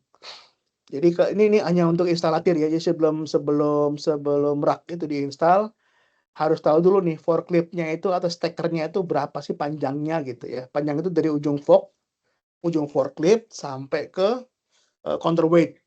Kan forklift itu terjadi depan itu ada apa, ujung pisaunya itu namanya forklift, terus bagian belakangnya itu adalah besi untuk pemberat gitu kan, namanya counterweight. Nah, itu ujung counterweight diagonal dari sisi kanan belakang, kemudian dari ujung forknya itu di kiri depan, itu ditarik garis diagonal tuh. Berapa panjangnya itu? Nah, panjangnya itu ditambah 20 cm, itulah idealnya untuk lebar gang antar rak gitu. Karena untuk manuver si forklift-nya. Nah, nanti ada aturannya tuh. Kalau yang forklift tipe ini itu hanya boleh masuk di sini. Kalau yang gede-gede tidak boleh masuk. Nanti harus ditulis tuh nanti di signing board-nya itu deh. Jangan sampai forklift yang besar masuk ke rak dengan ukuran gang yang kecil itu berpotensi berbahaya, akan nabrak upright, bisa bikin accident lah. Kemudian juga sekarang ini sudah dilarang ya penggunaan forklift berbahan diesel karena akan terjadi pencemaran udara dalam satu warehouse itu. Biasanya sekarang disarankan sudah menggunakan baterai semuanya. Yang diesel boleh tapi di luar gitu ya, di luar gedung. Baik, sekarang kita bicara terkait dengan manajemen prosedur. Tadi sudah ya, technical sudah, apa prosedur, sekarang prosedur. Jadi manajemen prosedur itu harus ada gitu loh. Mencakup setidaknya bagaimana cara penggunaan sistem rackingnya itu sendiri, spesifikasinya apa gitu ya.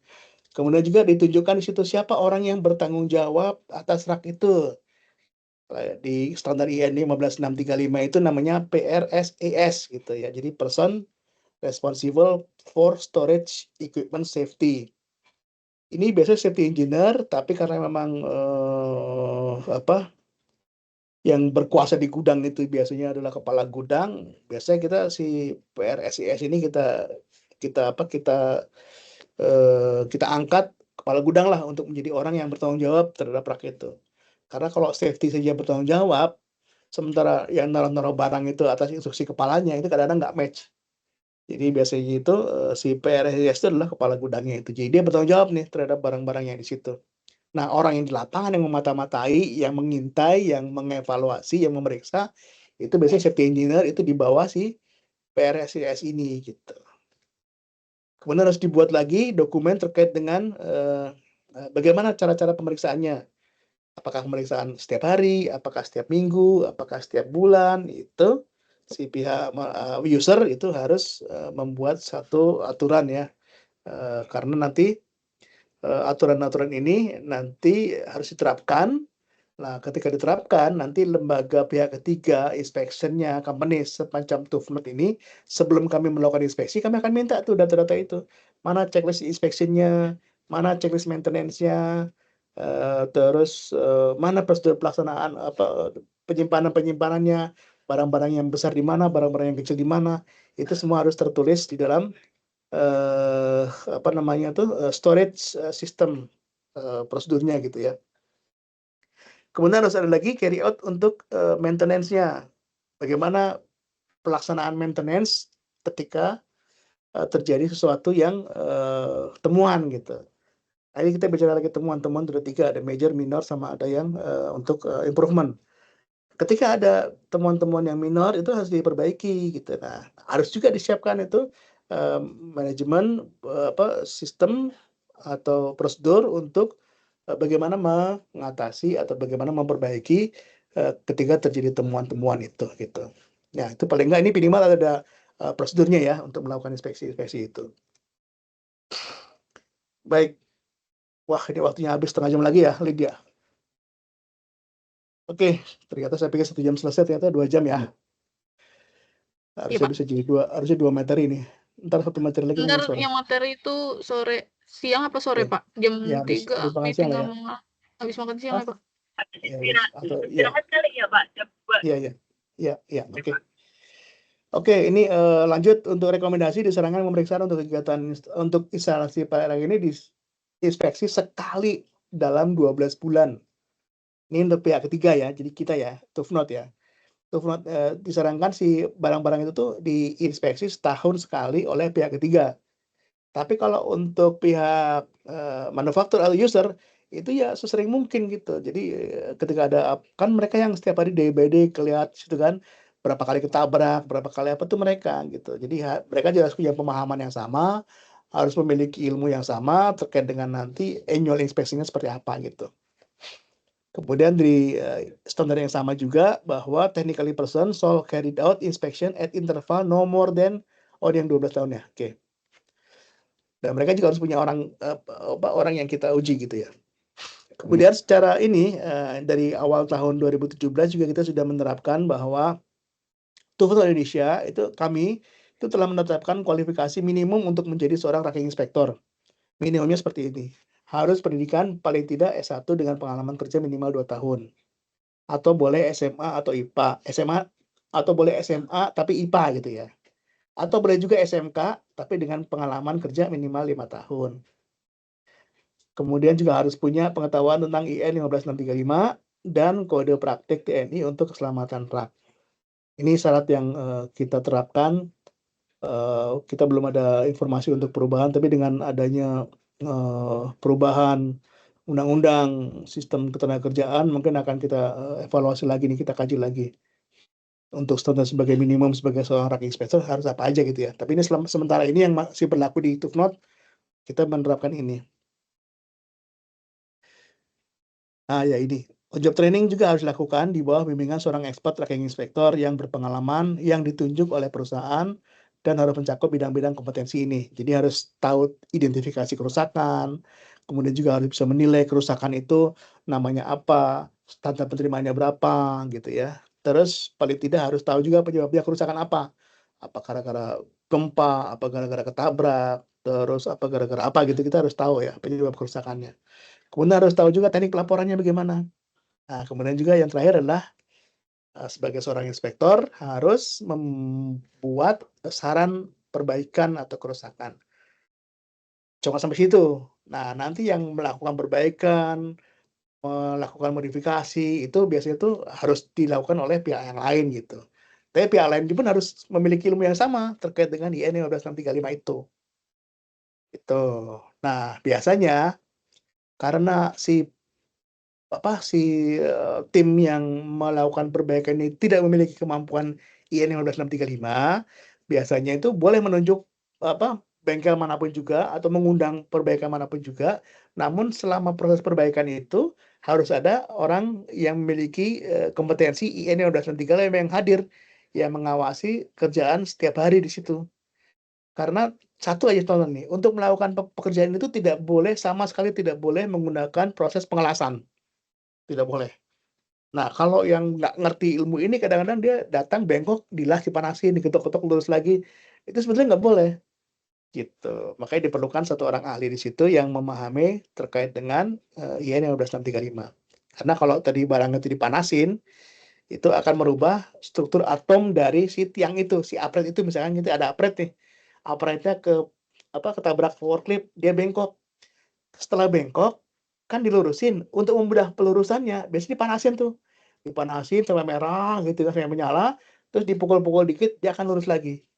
Memang secara mata, kasat mata, dia lurus. Tapi secara komposisi material properties udah berubah. Karena apa? Karena ada perlakuan panas itu. Gitu. Jadi nggak homogen. Jadi yang sudah kena perlakuan panas, sama yang daerah terimbas panas di bawah itu, di atas itu akan berbeda komposisi chemical-nya, komposisi material properties-nya akan berbeda. Nah, itu bisa berbahaya lagi. Udah panas, mungkin dia kena dingin yang seketika karena emang ruangannya dingin, itu sekali nanti next tabrak lagi forklift, itu tidak bengkok lagi, tapi langsung bisa runtuh, langsung patah. Itu karena ketidaktahuan dalam proses perbaikan. Makanya harus didampingi oleh seorang inspektornya. Oke, ini adalah alat-alat yang digunakan untuk melakukan inspection-nya. Standarnya yaitu dengan buku standar kita harus wajib punya itu. Kemudian water pass yang panjangnya 1 meter. Biasanya warna kuning tuh, kalau kita lihat contoh sini water pass. Kemudian meteran laser atau meteran roll. Ini laser ini untuk mengukur ketinggian atau defleksi. Kamera digital, laptop untuk membuat laporan. Lampu senter ini untuk daerah-daerah yang gelap, biasanya di belakang-belakang itu wajib kita miliki. Pulpen atau pensil. Nah, ini harus bawa juga pulpen yang untuk lokasi beku. Freezer itu harus punya ya. Pulpen untuk freezer untuk menulis di tempat-tempat beku. Kemudian standar formal checklist kita harus punya. Nah, ini yang nggak kalah penting, kita harus punya gambar tata letak rak, termasuk identifikasi rak yang akan diperiksa. Ini biasanya ini untuk untuk keseragaman informasi. Misalkan terjadi temuan di rak lokasi B1, B nomor 2. Nah, kalau udah disepakati nih alamat-alamatnya, kita kan mudah menemukan, oh di sini nih yang diminta sama tim inspection tuh nih. Itu untuk komunikasi antara kita tim inspection sama tim perbaikan, sama juga tim si engineering gitu. Kalau gitu alamatnya nggak ketahuan, itu bisa mencari seharian tuh nggak akan ketemu tuh. Jadi diperiksa ulang lagi bisa-bisa ya. Kemudian stiker warna juga kita harus punya, merah, orange, sama hijau. Ini untuk color coding untuk kategorisasi damage-nya. Oke, ini adalah untuk inspeksi checklist. Pastikan aplikasi dan penggunaan peralatan dengan benar. Nah, ini biasa dilihat dari si sounding board depan itu. Ketika tulisannya kita dapetin maksimum 3 ton. Nah, ketika sambil jalan, sambil inspeksi, itu kita baca itu di palet-paletnya kan ketahuan tuh. Palet ini 800 kilo, palet ini 500 kilo, total di dua ini 400 tambah 500 berarti kan 1,3 kilo. 1,3 kilo aktual dengan desainnya 3 ton, berarti kan masih diizinkan. Itu diizinkan ya. Itu adalah batas maksimum loading yang harus dipatuhi. Kemudian kita visual lagi nih, pastikan pemasangan racking belum berubah. Ada las-lasan apa tidak di situ. Desain beban dan gambar konfigurasi juga harus disimpan. Kemudian periksa tingkat kerusakan akibat benturan. Ini pasti terjadi di daerah-daerah yang di bawah, biasanya itu di belokan atau yang berhubungan langsung dengan forklift, persentuhan langsung dengan forklift. Itu potensi benturan akan ada di situ. Nah, kalau di tengah-tengah itu sedikit sekali bakal ada temuan di tengah, karena kan forklift juga nggak akan jangkau ke sana. Karena kalau benturan itu sudah pasti berbenturan dengan forklift. Kemudian periksa tingkat tegak lurusan dari palet tracking. Nah, ini kelihatan tebak mata sih kalau emang lurus apa enggak kan. Tapi untuk lebih meyakinkan, biasanya menggunakan tadi yang 1 meter tadi. 1 meter water pass itu bisa untuk memeriksa tingkat ketegak lurusan dari palet tracking. Kemudian periksa apakah ada sambungan yang kendor dan cacat. Nah, ini termasuk koneksi untuk tiang utama. Nah, ini biasanya tuh BIM itu kan ada safety pin tuh. Safety pin-nya tuh dicek tuh ada yang kendor apa tidak, yang model baut ya. Kemudian periksa seluruh sambungan pengelasan. Apakah ada cacat atau tanda-tanda keretakan pada sambungan laslasan. Ini laslasan ini bukan di raknya ya. Rak lasan itu biasanya itu hanya ada di BIM. Jadi ada BIM yang warna oranye tadi, itu di kanan kirinya itu ada dudukannya itu biasanya BIM, antara BIM kedudukan itu ada laslasan. Itu biasa dikerjakannya bukan di situ tapi di manufacturing, di pabrik gitu. Jadi satu set yang warna oranye itu, baik itu BIM sama supportnya itu biasanya dilas warnanya orange, itu laslasan itu yang diperiksa. Karena kalau si BIM ini sudah kena overload berkali-kali, itu biasanya akan retak tuh laslasan itu. Di pengelasan itu akan retak. Itu kasat mata kalau kelihatan kok. Tidak perlu menggunakan NDT, udah biasa kelihatan. Apalagi kalau BIM-nya sudah sampai bengkok tuh. Kalau BIM-nya bengkok itu potensi cacat track-nya itu pasti akan ada di pengelasan itu. Oke, next kemudian periksa plat dasar. Nah, ini untuk memeriksa baut angkor nih, angkor bolt. Biasanya yang nempel upright yang nempel ke dalam tanah, itu yang bersentuhan sama surface lantai itu ada bautnya tuh untuk mengencangkannya itu. Baut itu kalau zaman dulu cuma 1. Nah, sekarang aturan yang baru itu tidak boleh 1, harus terpasang minimal 2. Kalaupun dia ada lubang 4, tapi dipasang cuma 2 baut itu masih diizinkan gitu. Karena ada temuan, ini masih dari laporan dari Australia lagi, itu dia ada lubang 4, dipasang baut cuma 1, ketika ketabrak sama forklift sekali aja, itu upright itu melintir. Ketika upright melintir, itu potensi kerutuhannya itu sangat tinggi sekali, apalagi di atas bebannya mungkin berat-berat ya. Jadi sekarang untuk memitigasi itu, kita pastikan bahwa palet angkor boltnya itu minimal itu 2 lah gitu. Dia untuk kunci, untuk menghindari dia twisting, untuk menghindari dia melintir. Itu di base plate ya. Kemudian periksa lagi jumlah safety pin pada setiap rak. Nah, ini safety pin ini yang berhubungan tadi dengan BIM tadi. BIM itu ketika dipasang di upright kanan kiri itu ada penguncinya namanya safety pin. Lubangnya ada yang 2, ada yang 1, ada yang 3. Itu minimal itu harus ada 1. Tapi ada ketentuan kemarin, ini masih tidak Australia lagi, itu minimal harus 2 sekarang. Meskipun lubangnya 3, itu minimal harus 2. Kecuali yang desain lama. Desain lama itu emang cuma 1. Nah, ketika safety pinnya cuma satu, itu harus dipastikan baut itu betul-betul kencang dan sulit untuk dibuka dengan tangan. Kalau membuka itu harus dengan kunci gitu. Itu masih diizinkan satu karena memang tuh mungkin yang desain-desain yang lama ya, karena kan untuk mengganti merubah sistem dari yang lama ke yang baru kan butuh biaya ya. Jadi ya kadang dimaklumin lah. Oke, tapi catatan harus baut itu harus yang kencang dan tidak mudah dibuka oleh tangan. Oke, sekarang kita ke standar ya. Semua inspeksi harus mengikuti standar 15635 untuk klasifikasi kerusakan dengan menggunakan kategori merah, amber atau orange ya, dan hijau. Ketika didapat hasil laporan inspeksi rak masuk kategori merah, maka inspektor harus segera menghubungi kepala gudang si PRSIS tadi dan menyarankan segera mengisolasi dan mengamankan daerah tersebut. Ya, kalau merah nih hasilnya nih. Nah, laporan pemeriksaan harus berisi observasi, saran perbaikan, rekomendasi yang bertujuan untuk mengurangi dan mencegah masalah-masalah itu timbul kembali. Nah, ini berdasarkan dengan standar, semuanya berpatokan pada gambar ini sebetulnya nih. Kita dari gambar yang paling kiri dulu ya. Nah, ini. Ini adalah ini yang garis tegak lurus besar ini adalah upright. Ini yang kecil-kecil nih, ini bracing ya, bracing. Nah, ini ketika kita lihat sini ada angka 3 mm, ini kan bagian depan nih. Ini kan bracing di kanan kiri ya, ini bagian depan. Ketika ada bekas benturan dari depan, terus kemudian kita ukur dengan water pass yang panjang 1 meter ini, tengahnya kita ambil, ternyata ada gap 3 mm antara water pass dan tiang, maka ini masuk kategori hijau.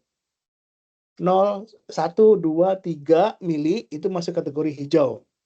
Oke, sampai situ dulu, hijau dulu ya. Nanti kita artikan hijau. Kemudian ini bracing ketika dapat benturan dari depan. Upright. Ketika upright dapat benturan dari samping, ini samping kanan samping kiri ya. Samping kiri atau samping kanan, ini mau belok ke sini atau belok ke sana, itu ada angka 5 mili. 5 mili itu jarak antara water pass menuju upright 5 mili. Maksimum. Ini masuk kategori hijau. Jadi kalau ketabrak dari depan maksimum 3 mili, ketabrak dari samping kanan atau kiri itu maksimum 3 mili. Ini masuk kategori hijau. Oke, ini kita bicara upright ya. Nah, oke, sekarang kita ke bracing. Ini bracingnya nih, yang di samping kanan kiri itu, baik itu diagonal maupun horizontal. Ini sama, ukurannya 10 mili. Kalau dia ada bengkok 10 mili, di bagian yang paling parah itu 10 mili, ini pun sama 10 mili, mau ke atas, mau ke bawah, mau lateral, segala macam, pokoknya 10 mili, kemanapun, ini masih kategori hijau. Oke, udah ketemu angkanya ya. Ini angka 3, depan belakang, angka samping kanan kiri 5 mili, kemudian bracing 10. Nah, itu dulu satu kuncinya. Ini artinya apa? Ini cacat defect yang masih diizinkan untuk digunakan. Parah nih, 3 mili, 5 mili. Ini kalau berdasarkan IN 15635, ini masih diizinkan untuk digunakan. Masih masuk kategori hijau. Kapan dilakukan evaluasi terhadap defect-defect ini? 1 tahun kemudian.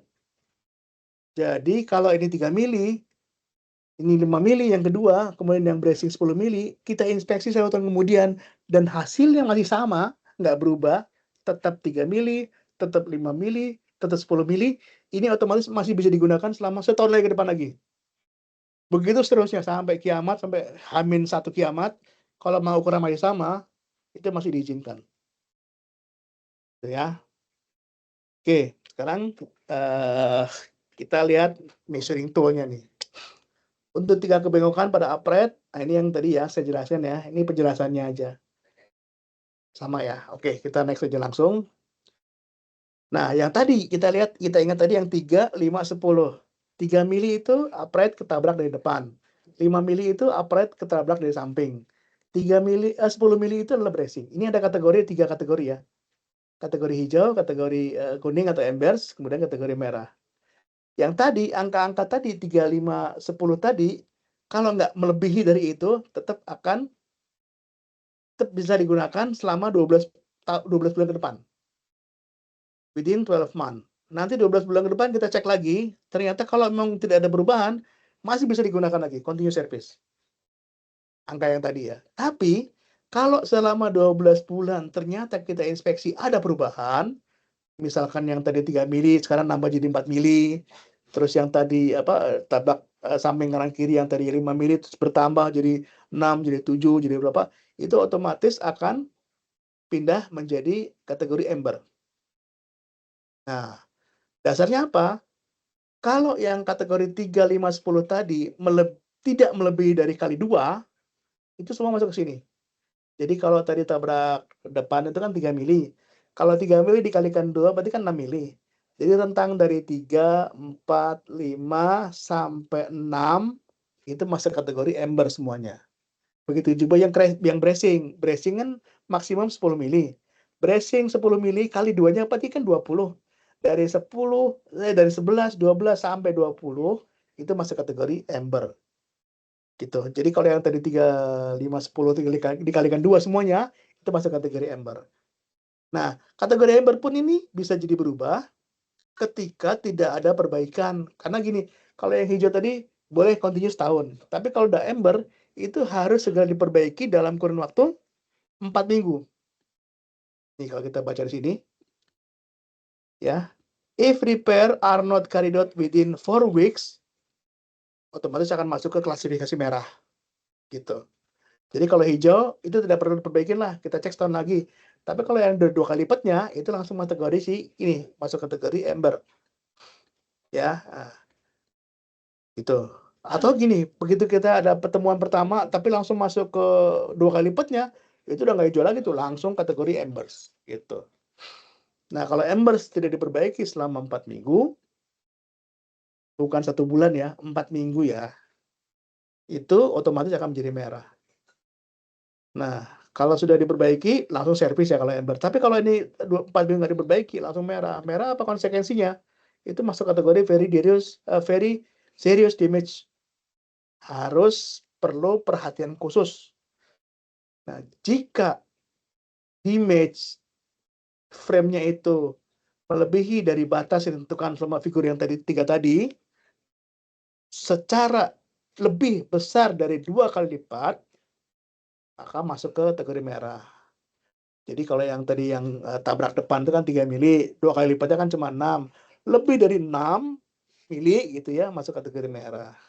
Konsekuensinya apa kalau merah? Berarti semua produk harus di-offload, diturunkan.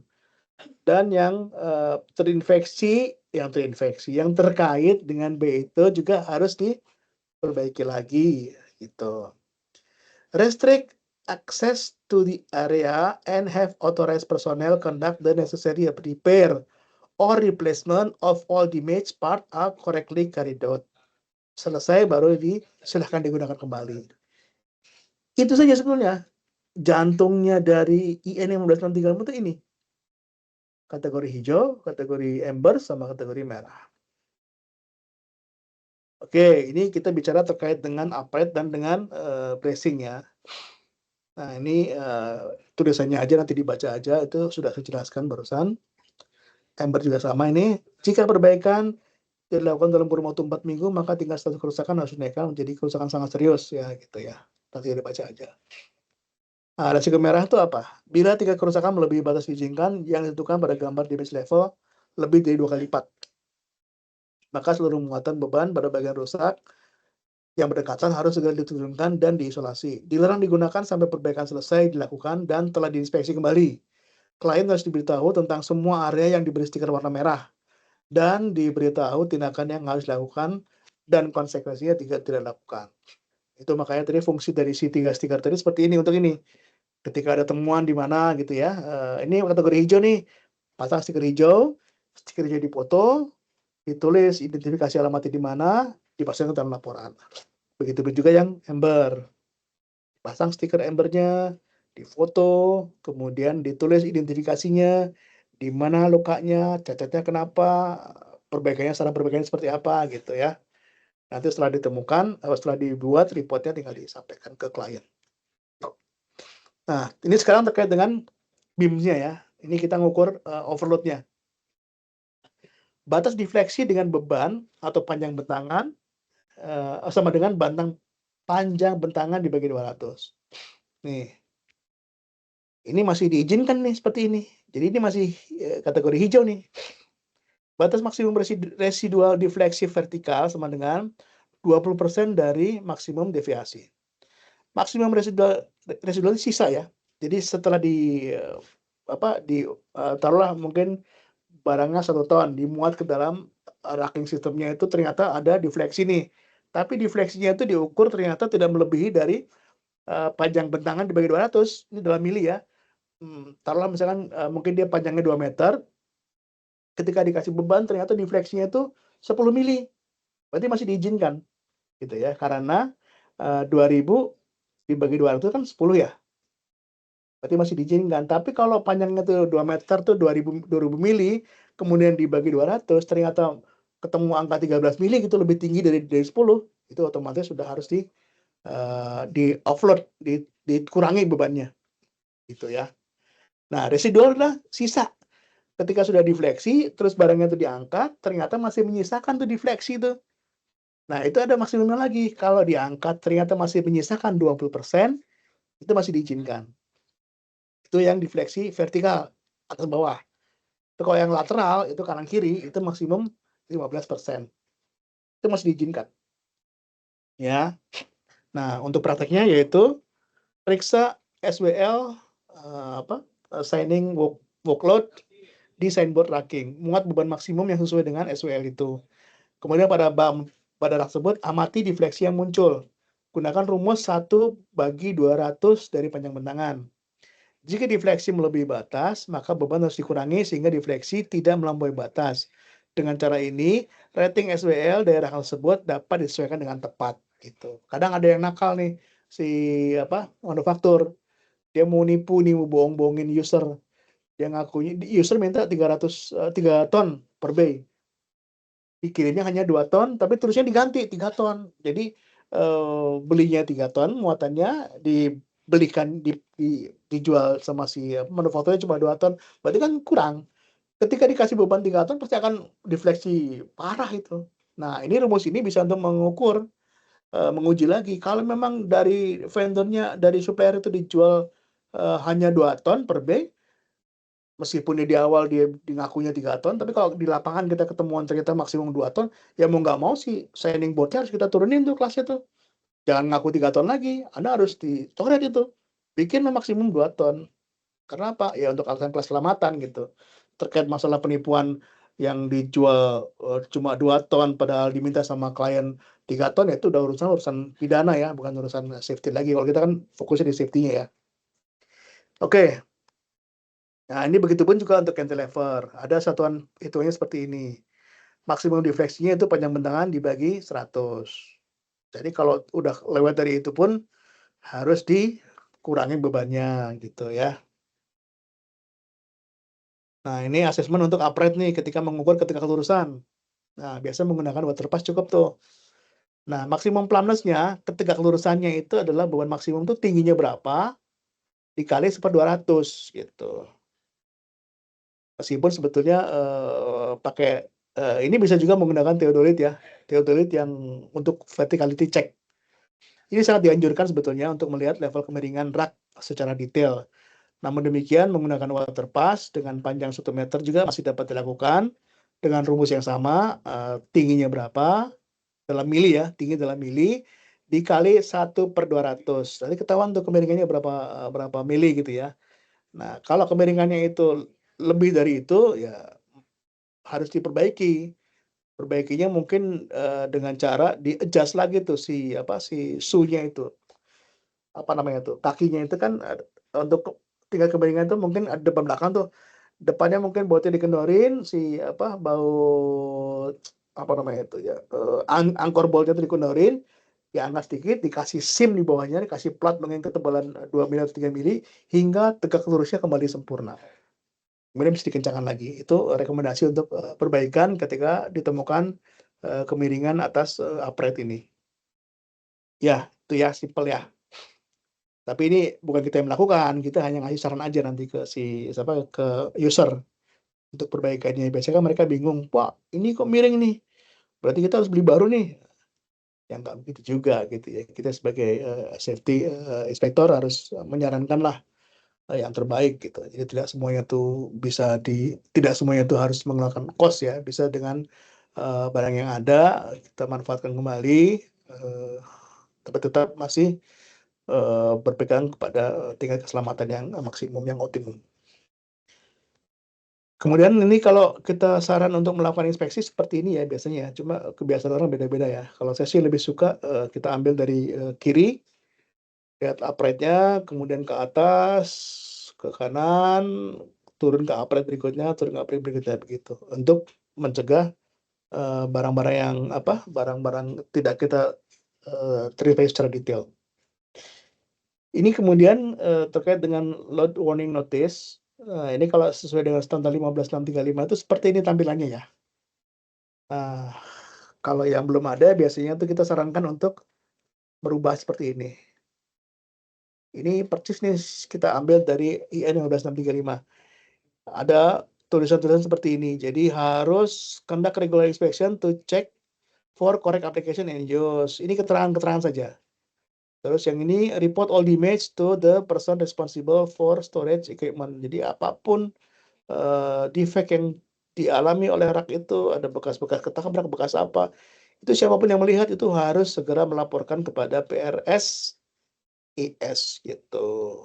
Kemudian do not alter the structure without pokoknya jangan merubah struktur yang sudah ada gitu tanpa pemberitahuan sebelumnya, tanpa juga perhitungan kalkulasi, tanpa juga perhitungan bobot secara simulasi. Tapi kalau sudah dihitung secara simulasi oke segala macam itu masih diizinkan. Ini do not climb rack, memang tidak boleh untuk naik rak ya. Kalau untuk menjangkau tempat-tempat yang tinggi itu ada berbagai metode yang bisa digunakan. Kalau konvensional sih menggunakan scissor lift, jadi kita menggunakan kendaraan gitu untuk naik ke atas. Atau bisa menggunakan juga untuk kita cari area yang lebih tinggi gitu ya. Biasanya tuh kalau rak-rak ini bisa dilihat dari mezanin. Mezanin kan boleh diinjak tuh. Nah, kita menggunakan mezanin untuk bahan pijakan, kemudian untuk mengamati item-item yang jauh kita bisa menggunakan binokular ya, teropong. Atau sekarang yang lagi kita kembangkan, kita bisa melakukan pemeriksaan menggunakan drone juga ya. Menggunakan drone, kemudian kita foto semuanya, nanti hasilnya bisa langsung dievaluasi. Oke, kemudian next-nya itu refer to IN 15635, still static storage system, the application and maintenance of storage equipment. Jadi ini harus tertulis ini di dalam warning sign itu bahwa rak ini kita inspeksi, kita instalasi secara berkala inspeksinya menggunakan standar yang sama IN. Jadi jangan ketika sudah dipasang IN ya kita melakukan inspeksi juga menggunakan IN ya. Jangan kita tulis IN tapi kita melakukan inspeksinya menggunakan standar Australia misalkan begitu. Karena akan ada beberapa konsekuensinya. Semacam tadi kan kalau safety pin yang di Australia itu boleh satu ketika memang itu memang dimanufaktur pada tahun yang itu gitu. Cuma harus dikasih penguatkan baut gitu. Tapi kalau di Eropa itu jelas tidak dibolehkan. Jadi safety pin tetap harus dua. Ini pentingnya kita harus menulis standar yang jelas supaya ketika orang yang melakukan inspeksi, orang yang melakukan manufaktur, orang yang melakukan reporting itu dengan bahasa yang sama. If in doubt, always contact supplier. Nah ini kata kunci ini. Jika mengalami kesulitan apapun, kontak supplier gitu ya. Jadi kok selama rak itu dipasang, itu masih jadi tanggung jawab si supplier. Supplier nanti akan nanya, ini pernah diperbaiki apa tidak? Kalau pernah, siapa yang memperbaiki? Sertifikatnya dapat tidak? Gitu ya. Ini semacam garansi lah. Walaupun ya tetap sebagai user dia akan bayar lagi tuh jasa supplier itu. Karena apa? Karena satu supplier dengan supplier yang lain itu mereka menjual produk yang beda, meskipun sama-sama rak. Mungkin beda di desainnya, beda di ketebalannya, beda di warna gitu ya. Makanya disarankan ketika sudah membuat komitmen dengan satu supplier, ya sudah itu dijaga itu. Karena ketika ada item-item atau part yang tidak rusak gitu ya, itu bisa diminta langsung oleh suppliernya. Karena barang-barang ini nggak dijual bebas gitu kan. Biasanya dia hanya dia yang menjual ya hanya si supplier itu. Ya, itu. Kemudian ini juga sama, masih load warning notice. Nah, nanti si inspektor, baik itu kita maupun si user juga harus mulai memahami ini, bagaimana cara membuat laporannya ya. Nanti dijelasin nih, operate post-nya apa, BIM condition-nya, nanti tinggal dicek-cek aja. Nanti masuk kategori apa, ini tinggal dibaca aja nanti cara membuat laporannya. Tapi ini nanti ketika on job training lah akan kita kasihkan nih, bagaimana cara kasih checklist segala macamnya. Saya rasa itu selesai, pas kita 2 jam. Do you have any question? Tanya Fawas. Gitu sih Pak. Thank you Pak Sae. Nggak Oke. boleh gitu dong Pak.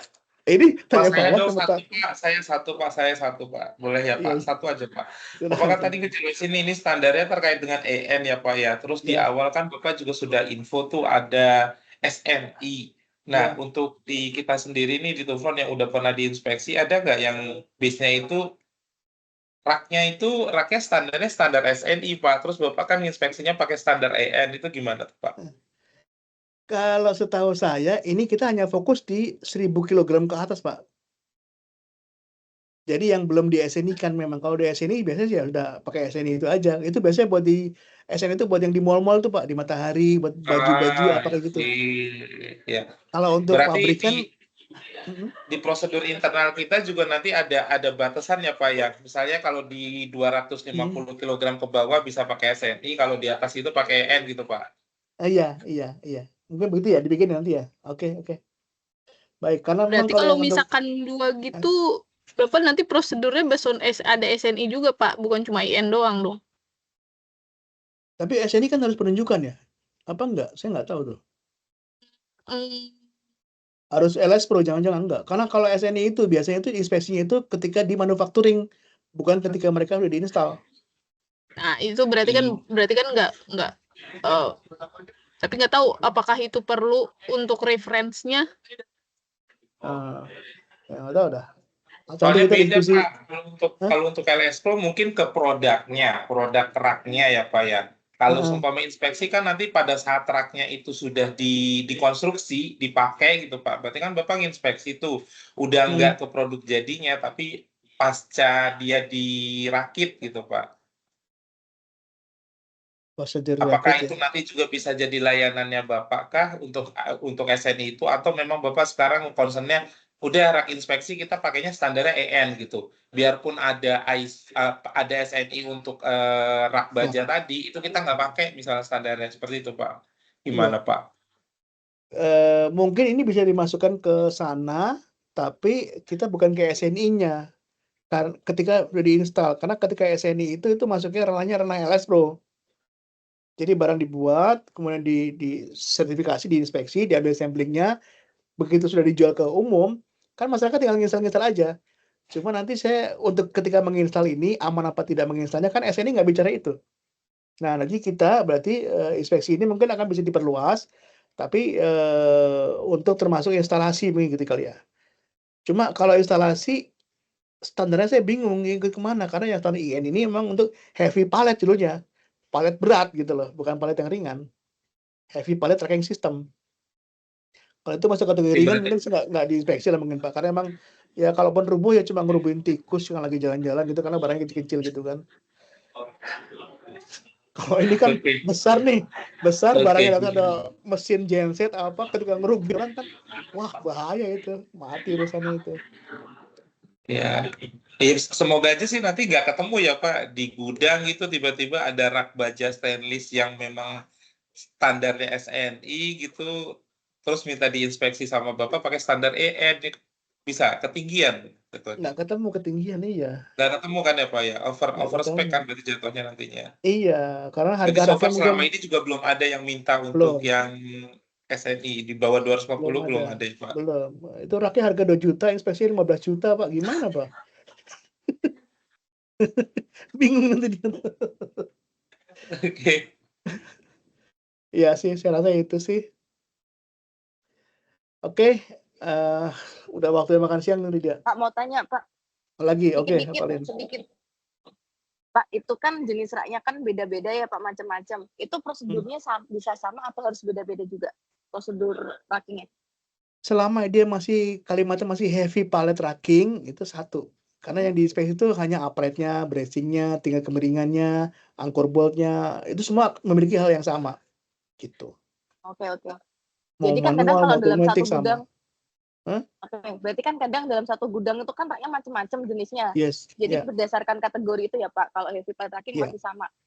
ya, Oke. iya. Makanya ketika inquiry ke kita itu harus kita pastikan mereka paham jenis raknya Iya. apa, kemudian kapasitasnya berapa, karena itu untuk menghitung manage kita. Kalau segini Pak, cuma satu gudang ukurannya mungkin 10 kali 20, ternyata itu drive-in, padat merayap gitu, inspeksi bisa berapa hari di situ kan. Tapi kalau selektif sih mungkin sekali Iya lewat, sih. oh ini dipasang ujung-ujung doang gitu. Jadi di awal tuh harus terminologi, harus bahasanya harus sama. Raknya apa, makanya tadi saya bilang, ini raknya apa nih, berapa bay, berapa kolom, itu harus tahu dari awal, jenisnya apa. Jadi kita bisa mengira-ngira, oh ini butuh scan Mendes, butuh kalian apa, alat yang kita bawa apa aja gitu. Jadi terus udah tahu duluan gitu. Oke. Hmm. Yep, thank you Pak. Berarti kalau inspeksi itu base-nya sampling ya Pak ya, bukan kalau misalkan dalam satu gudang itu ada 100 rak, berarti nggak harus semuanya diinspek Pak. Ini belum saya sampaikan juga nih, sebetulnya di dalam IN itu lebih lengkap lagi. Jadi ada tiga jenis Pak. Kalau inisial itu totali Pak, 100% Pak. Awal itu. Nanti untuk next visitnya baru dibagi 25%. Tahun ini 25%, tahun depannya 25%, tahun depan 20%, sampai 25, 5 tahun berikutnya baru full lagi gitu. Jadi misalkan satu gudang itu ada bagian depan, bagian penyimpanan storage dingin, storage apa. Tahun ini kita hanya fokus di storage aja yang dingin ya. Atau nanti next-nya kita especially di bagian shipping-nya gitu. Nanti setelah tahun semuanya 5 tahun baru akan kita especially semuanya. Itu di yang dijelasin seperti itu. Oke Pak. Sip. Thank you Pak. Sama-sama, terima kasih. Udah ya, nanti sore lagi ya. Iya, jam 2 ya Pak, nanti join lagi. Itu nanti itu aja ya, materi berikutnya JIS ya, JIS lagi apa gimnastik. Bukan Gimnastik, gimnastik. bukan playground. Playground nanti besok lah. Puyeng Playground kepala besok. saya nanti. Oke Puyeng. Pak, Iya, oke. jam 2 ya Pak, Thank you. see you. Ya, kasih yuk, Bye-bye, see you see you ya. semuanya. Oke Pak, Assalamualaikum terima warahmatullahi kasih. Di wabarakatuh. ini aja Pak, di mute aja ya Pak. Nanti Iya. di sini lagi aja. Oh gitu. Oke. Iya. Oke. Yuk. Terima kasih.